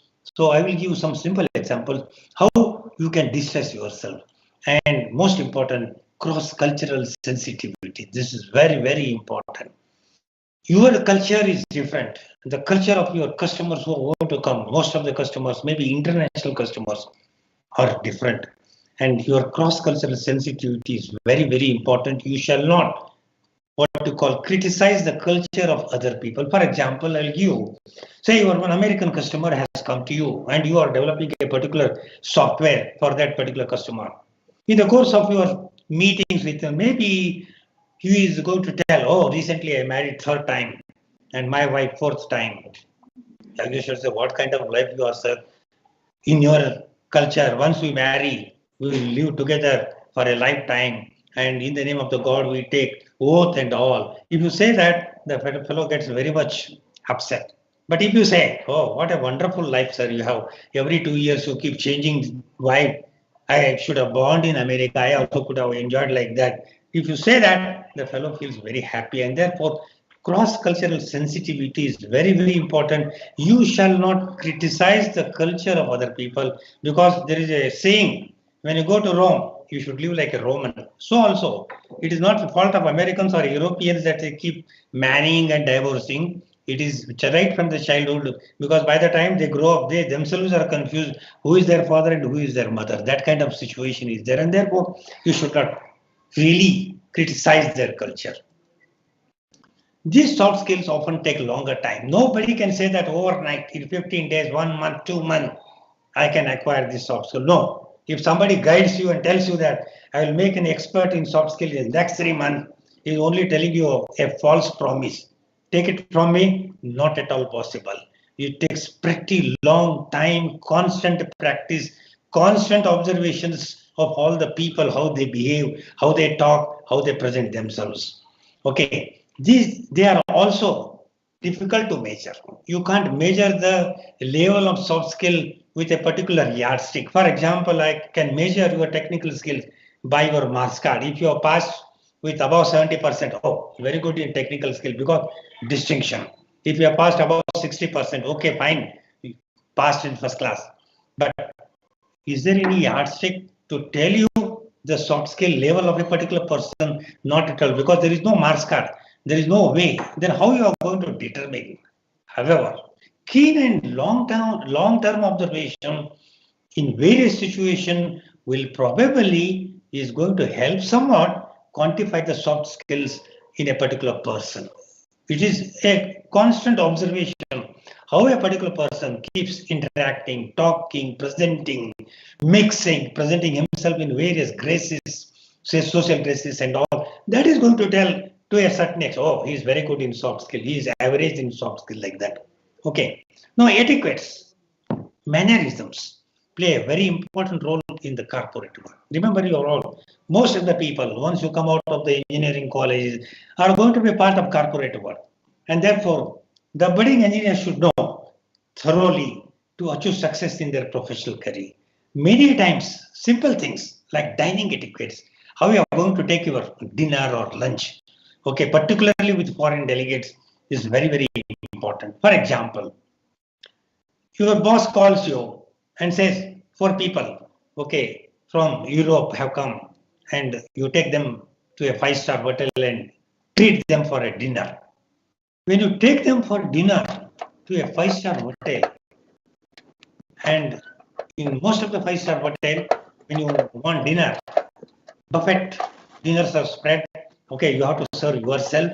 So supposing you say, I will take first, you stand behind me and come, start taking. It's not a good etiquette. Instead of what you have to say is,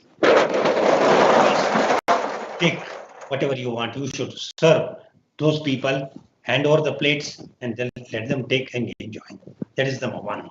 Number two, most of the foreigners do not like to eat with their own hands. They use, all cutleries.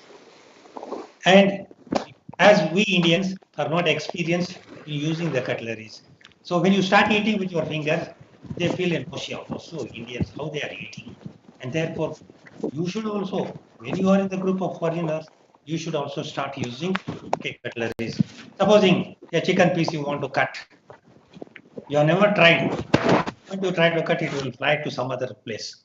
And the foreigners will start laughing at you. And therefore, what you should do? You should start practicing during your even education how to use the cutlery. So every Sunday, you tell your mummy that yes, I will be a foreigner in my own home. So right from morning breakfast, night dinner, you are going to use forks, knives, and all spoons. Only you will not touch the food, okay, with hand.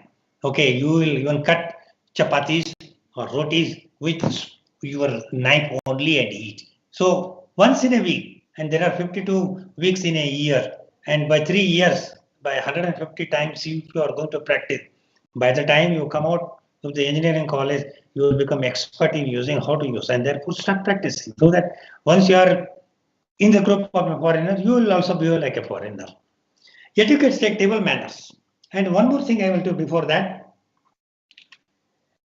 How you are going to sit before the interviewer is very important. How you are going to sit before the interviewer is very, very important, because the mannerisms you are going to exhibit in the interview before the interviewer also is very, very important. When you are going to sit before the interviewer, you shall not lean on the table. That is the first thing. You shall not pull the chair very rudely unless and until they tell you to sit on the chair in front of their interviewers. You are not going to sit. That is number one. Then you are not going to lean, and you shall not tell, sir, you ask me a question. Don't tell that. When they ask you, introduce yourself in a very nice way within 1 to 2 minutes. Very nicely, you have to introduce your name, your father's name, your place where you are coming from, and what you have done for the last 4 or 5 years. That's how you have to introduce yourself. Okay.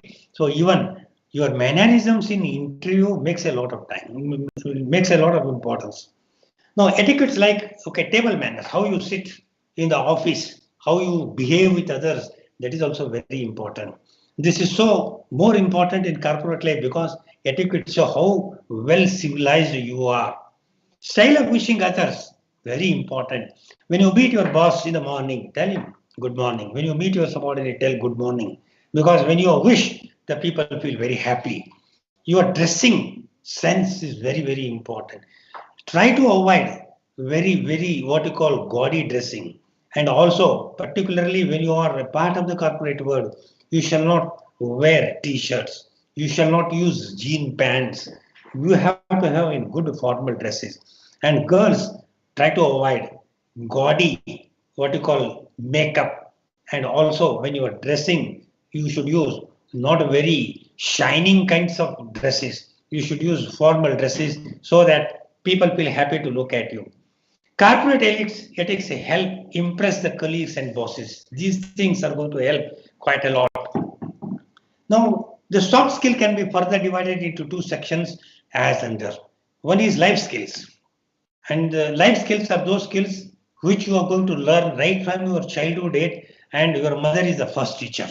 Your mother is going to tell you what to do, what not to do. All these skills you are going to acquire because mother always is the first teacher for any person in this world. Okay. Then business skills, which you are going to acquire once you are going to join any of these corporate worlds, and slowly you will start acquiring all these kinds of skills required, okay, to be a part of a business. Life skills, what are the important life skills generally you are going to acquire right from your childhood days? Life skills are those soft skills that largely rest in the individual, and he or she is going to carry it throughout their life till the last breath of your life. Okay. Whereas, for example, communication skills one mastered will serve a person in every aspect of his life, right from childhood days. If you become a good communicator, okay, nobody can snatch away that communication skill. It will become a part of your life. Then he will be a better effective communicator both in the workplace, in the family, and also with his friends. Similarly, stress management will be beneficial to the individual in dealing with stress in the workplace also or at home also. Some breathing exercise can be used to de-stress whether at work or at home or after a workout at the gym, etc. Now I will give a very simple example of a distress management, how you can distress yourself after a hard work for the day. When you come home, you can do this particular exercise. And before doing that, you have to tell your mother, okay, or whoever is there in the family, that you are going to do this particular exercise and should not be considered as dead. Because this is called as a Shavasana. You are going to lie down with your back touching the ground for only 5 to 10 minutes.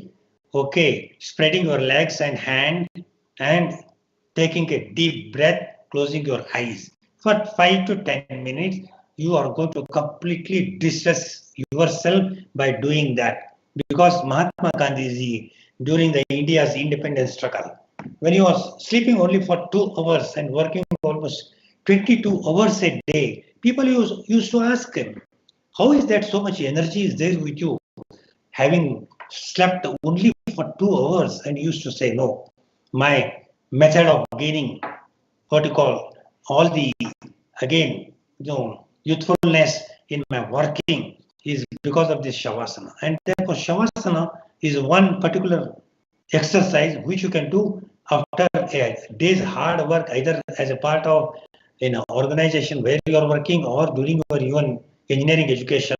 You test, I'm sure you become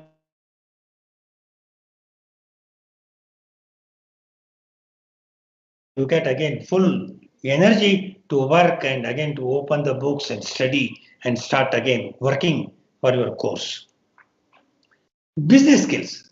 Business skills are those skills one need to navigate successfully through the corporate world.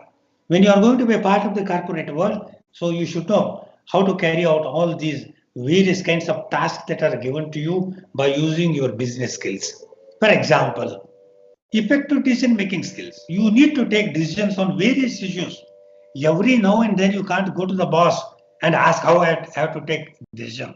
Because every decision, what you are going to take is going to affect the course of the company. And therefore your decision make very important for the company's survival. And as a decision-making skills are very important. Then delegation skills. Remember, as you grow in the hierarchy in the organization, you can't do all the things yourself. You need to delegate some of your tasks to your subordinates. And delegation skill also is very important to understand what kind of work can be given to my subordinate, what I have to do, that you have to decide. And that is possible only when you understand the capability of our subordinate, the skill levels of those subordinates, and then you can take a decision what can be delegated and what has to be done by you. Then conflict management skills, very important. I told you, we are working in a group. You are not going to work individually. Any task, when you are going to work in a group of 5 or 10 people, the thinking level of all the people is not the same. Your views may not be acceptable to your other group members.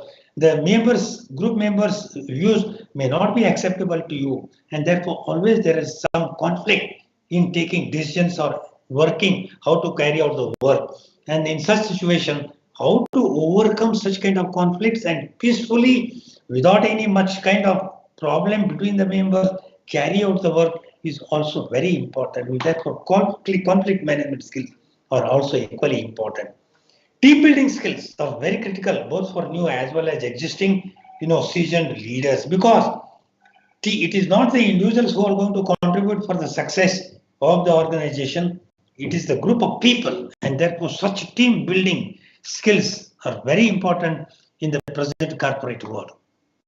Soft skills are a must and not a fancy, and thus soft skills are significant for both the individual and also for the enterprise. Demand for information technology and information technology enabled services sector workforce.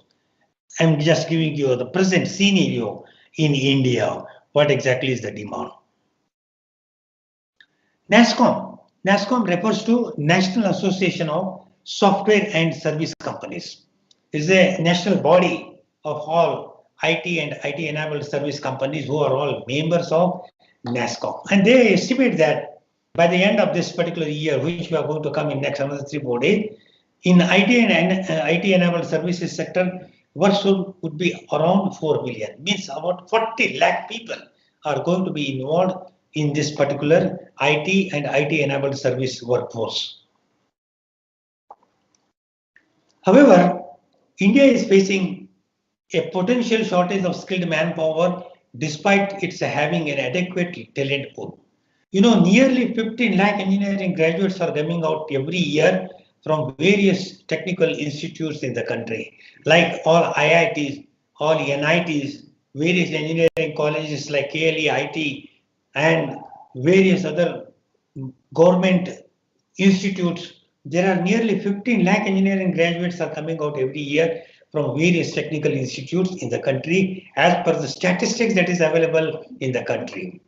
Now, in spite of that, the major problem is that the talent pool is largely unsuitable, and the NASSCOM finds that although 15 lakh engineering graduates are coming out, majority of these engineers are not suitable for IT and IT-enabled services work. According to NASSCOM, out of 15 lakh fresh engineering graduates coming out every year, only 15% are employable and the rest are largely unsuitable. They have found that hardly around 15% out of 15 lakh are employable and the rest are largely unsuitable. And therefore, the question that arises, why? Why only 15% are eligible and why rest are not eligible? That is, nearly 85% are not eligible. The question is why our large portion of talent pool is unsuitable. The answer is that they are technically qualified, but they don't know how to position their superiority. Technically, they are good, but they are lacking soft skills. They are not good in soft skills. And remember, if your soft skills are not good, even if you are technically very strong, the chances are that you are going to be rejected and you are not going to be accepted. If you are technically average, but you are excellent in soft skill, remember your chances of getting into that corporate world are very high and you are definitely going to be placed in a good position because you are good in soft skill. Because technical skills, if you are average, the companies can train you within maybe 1 month, 2 months and make you competent. But if your soft skills are not there, there is no way to train you and make you good in next 1 or 2 months once they recruit you. And therefore, soft skills are very important.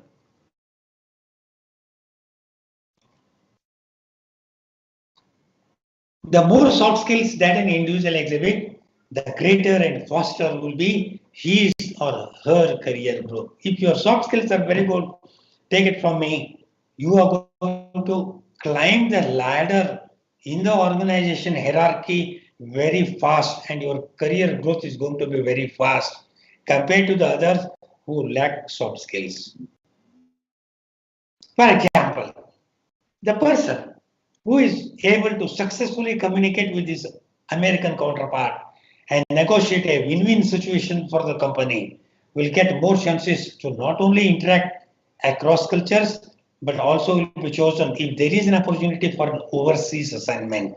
If you are very good in soft skills and you are going to negotiate very strongly with an American counterpart and see that the order comes to the company, you are going to have a better chance of overseas assignment compared to the others because you are very strong in soft skills.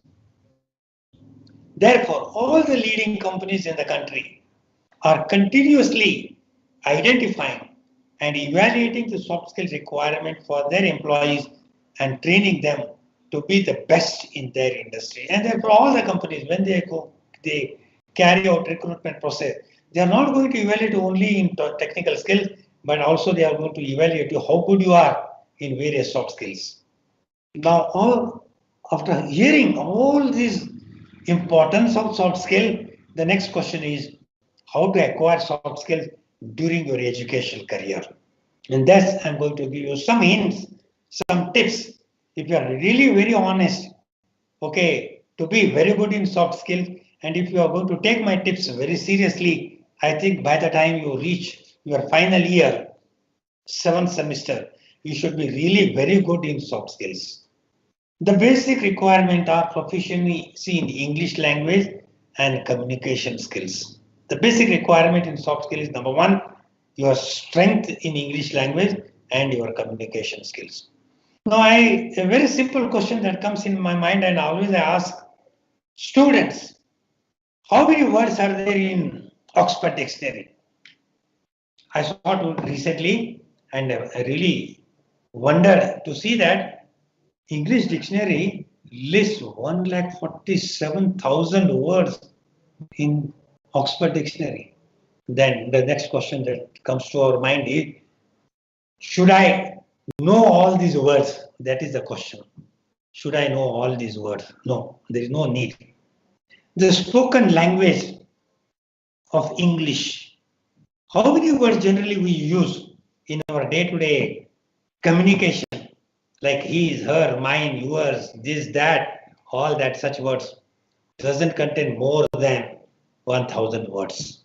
Such a simple language with only 26 alphabets and only 1,000 words to know. Is it a very difficult language to learn and acquire that soft skills? So you need to know around most commonly used 1,000 words in English language to become a proficient communicator in English language. Now, proficiency in English language and communication skills can be acquired by number one, speaking in English with your friends and teachers in the college campus. When you enter KLE Institute of Technology campus, you delete all other languages. Tell your brain, delete all your other languages. Maybe Kannada, English, Marathi, Telugu, Tamil. You don't know any other language. Only English language. I know only English language. Communicate with your friends in English. Communicate with your teachers in English. Communicate with your technical staff in the laboratories in English. And therefore, you will keep practicing how to use English. Now, the problem that comes very often in the mind of the student is, I am very much afraid in talking in English. You should not be afraid in talking in English. I am a Kannada educated man. All my education in Kannada school. Throughout my life, till I studied SSLC, only in Kannada. But still very poor in Kannada. But when I was in 7th standard, I went to my grandfather, started crying and told him, I am very poor in English, what to do? Please tell me. Then my grandfather said, don't cry.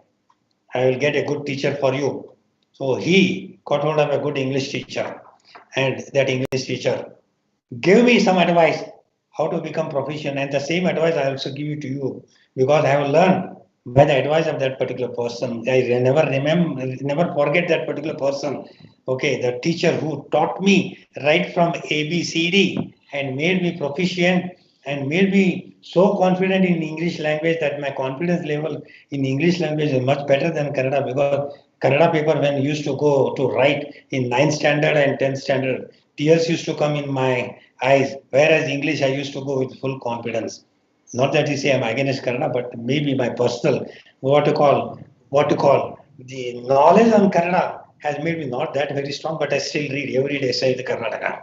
Sahitya Karnataka is my favorite. I don't leave even one page and one column. 100% I read. So what I advise to you is, okay, English is not a very difficult language to learn. I will give some tips how you can capture. Number one, speak to your friends, teachers, and your all technical staff in the college only in English language and nothing other than that.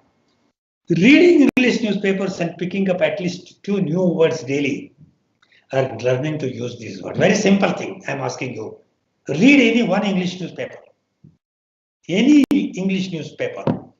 You see, in various what you call offline courses, what I have conducted in the past with my students, where hundreds of students have taught them soft skill. When I used to ask them, how many of you read newspapers out of 100? Only 4 or 5 used to raise your hands. Then 95 people I used to ask what they do. 95 people used to say, sir, our WhatsApp, our Facebook, all the time we spend our time there. No. WhatsApp and Facebook is not the place where you should spend time. English newspapers are very important to understand, number one, how the sentences are constructed, number one, how the various words are being used in the English language, number three, how to acquire the general knowledge. Remember, general knowledge is equally important.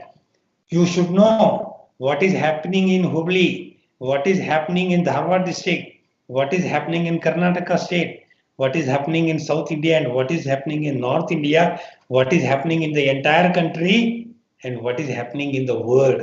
You are not going to be isolated with the things that are happening around you. If you are not updated with the general knowledge, it is not possible for you to come up in life. Remember that, because when you come to the final year, your general knowledge also is tested. How they are going to test your general knowledge? They are going to conduct a very important test called as group discussion. In group discussion, they are going to give you a current hot topic that is there. Maybe today the current hot topic as per the newspapers is the agitation of the farmers in Delhi border. They will ask you for 15-20 minutes discuss. Then if you don't know what is happening, if you have not read the newspaper, how are you going to participate? Therefore, reading newspapers is very important. And if you are not getting one English newspaper to your home, please tell your dad, subscribe for one English newspaper to your home. Spend half an hour every day in the evening when you go home. Then watching, if I ask the question, how many of you watch TV? Everyone says, yes, we watch. How many of you watch English news channel? Only 1 or 2 will raise. They say we are only watching movies, operas, one after the other, various operas come in Sony TV, in Star, because my wife all the time watches all that I see. I watch TV, only English news channel, nothing other than that. I watch only English news or maybe some Kannada news channel, but I don't want watch operas. But watching English news channel and particularly discussions that are taking place in the English news channels on current topic, where learned people, maybe 4 or 5 people, have been asked and to give their opinion on the things that are happening is very important. Watching English newspaper has got the biggest advantage. Number one, you know how to pronounce various English words. Accent is very important. Then facial expressions they use when they are announcing the news. When they are announcing a very happy news, oh, India today beat Australia in the second test.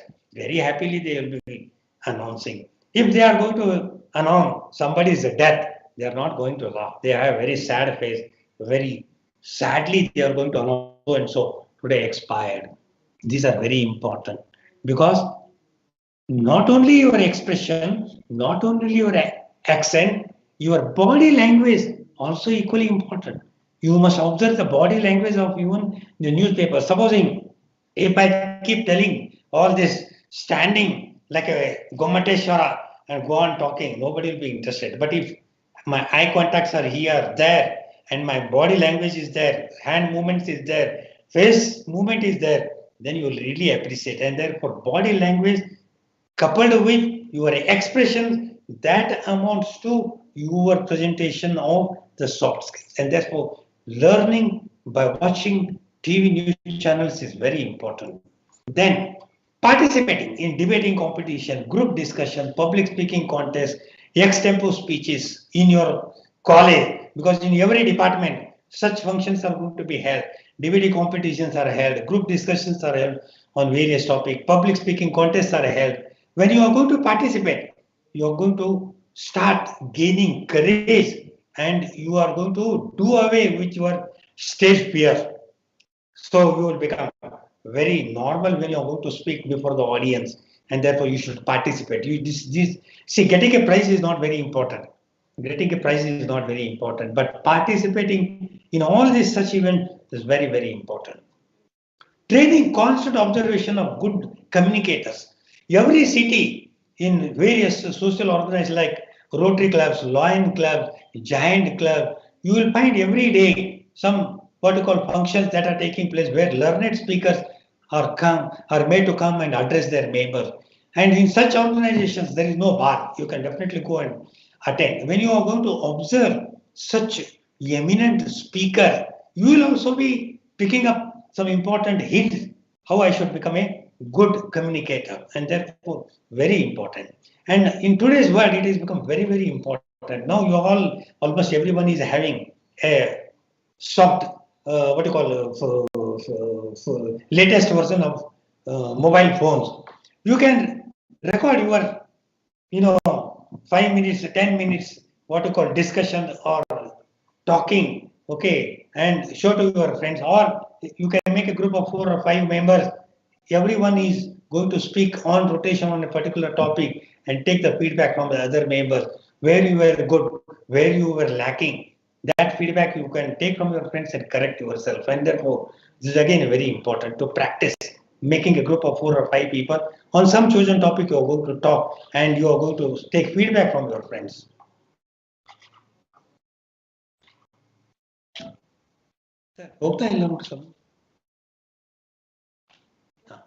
Remember, soft skills cannot be acquired overnight. It takes pretty long time and constant training and practice. Overnight you cannot get it. You need a constant practice. Remember, your marks card alone will not get you a good placement. You cannot come up only showing that I'm very good in technical skills. No. Your soft skills add value to your marks card and help you to get a good placement. Along with your technical skills, your soft skills also add weightage. According to me, 35% is given to marks card, 65% weightage is given to soft skill by all the people who are recruiting for various companies. Remember that your marks card weightage is only 35%. 65% weightage is on your soft skill. Even if you are a little poor in technical skill, yes, you are going to be considered because you are very strong in soft. Because the companies are very confident that you can be trained in technical skill in less than 2-3 months. Whereas if your soft skills are not good, there is no way to train you in next 2-3 months because it takes years and years to make you good in soft skills. And therefore, I always give the weightage 35% for your marks card, 65% for your soft skills. You have still enough time, 3 years to go before your campus placement process starts. Your campus placement starts only in the 7th semester, means 3 long years. Now, therefore, the time to start acquiring proficiency in the soft skills. And therefore, this is the time to start acquiring proficiency in soft skills. Good luck to each one of you. 1 minute, 1 minute.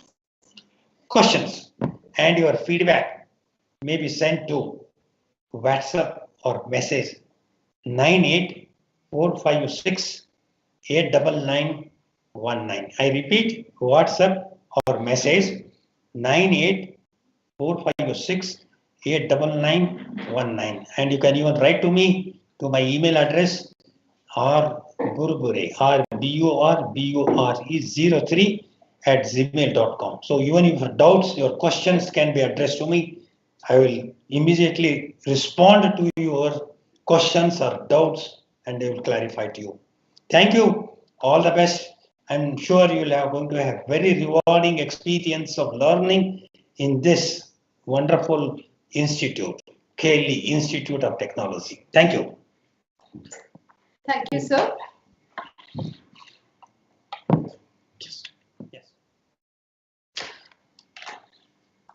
Yes. Okay.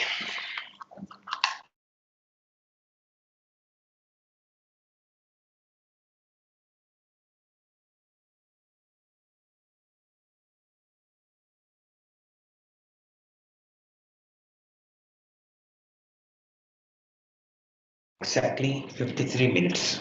Thank you, sir, for your informative session on soft skills and also for providing the basic information and requirements needed for the students. Thank you, sir, for sharing your time and experience and guiding our students to communicate and all the business Thank you. skills. It is my Thank pleasure. you, sir. It is my pleasure to be a part of this training program. Thank you, sir. Sir, thank you, sir. All right. Nice presentation. Take care, madam. Yes. Sir, thank you. ನಿಮ್ಮ ಹೆಸರು ಹೇಳಿ sir Vijay. ನೀವು ಯಾವ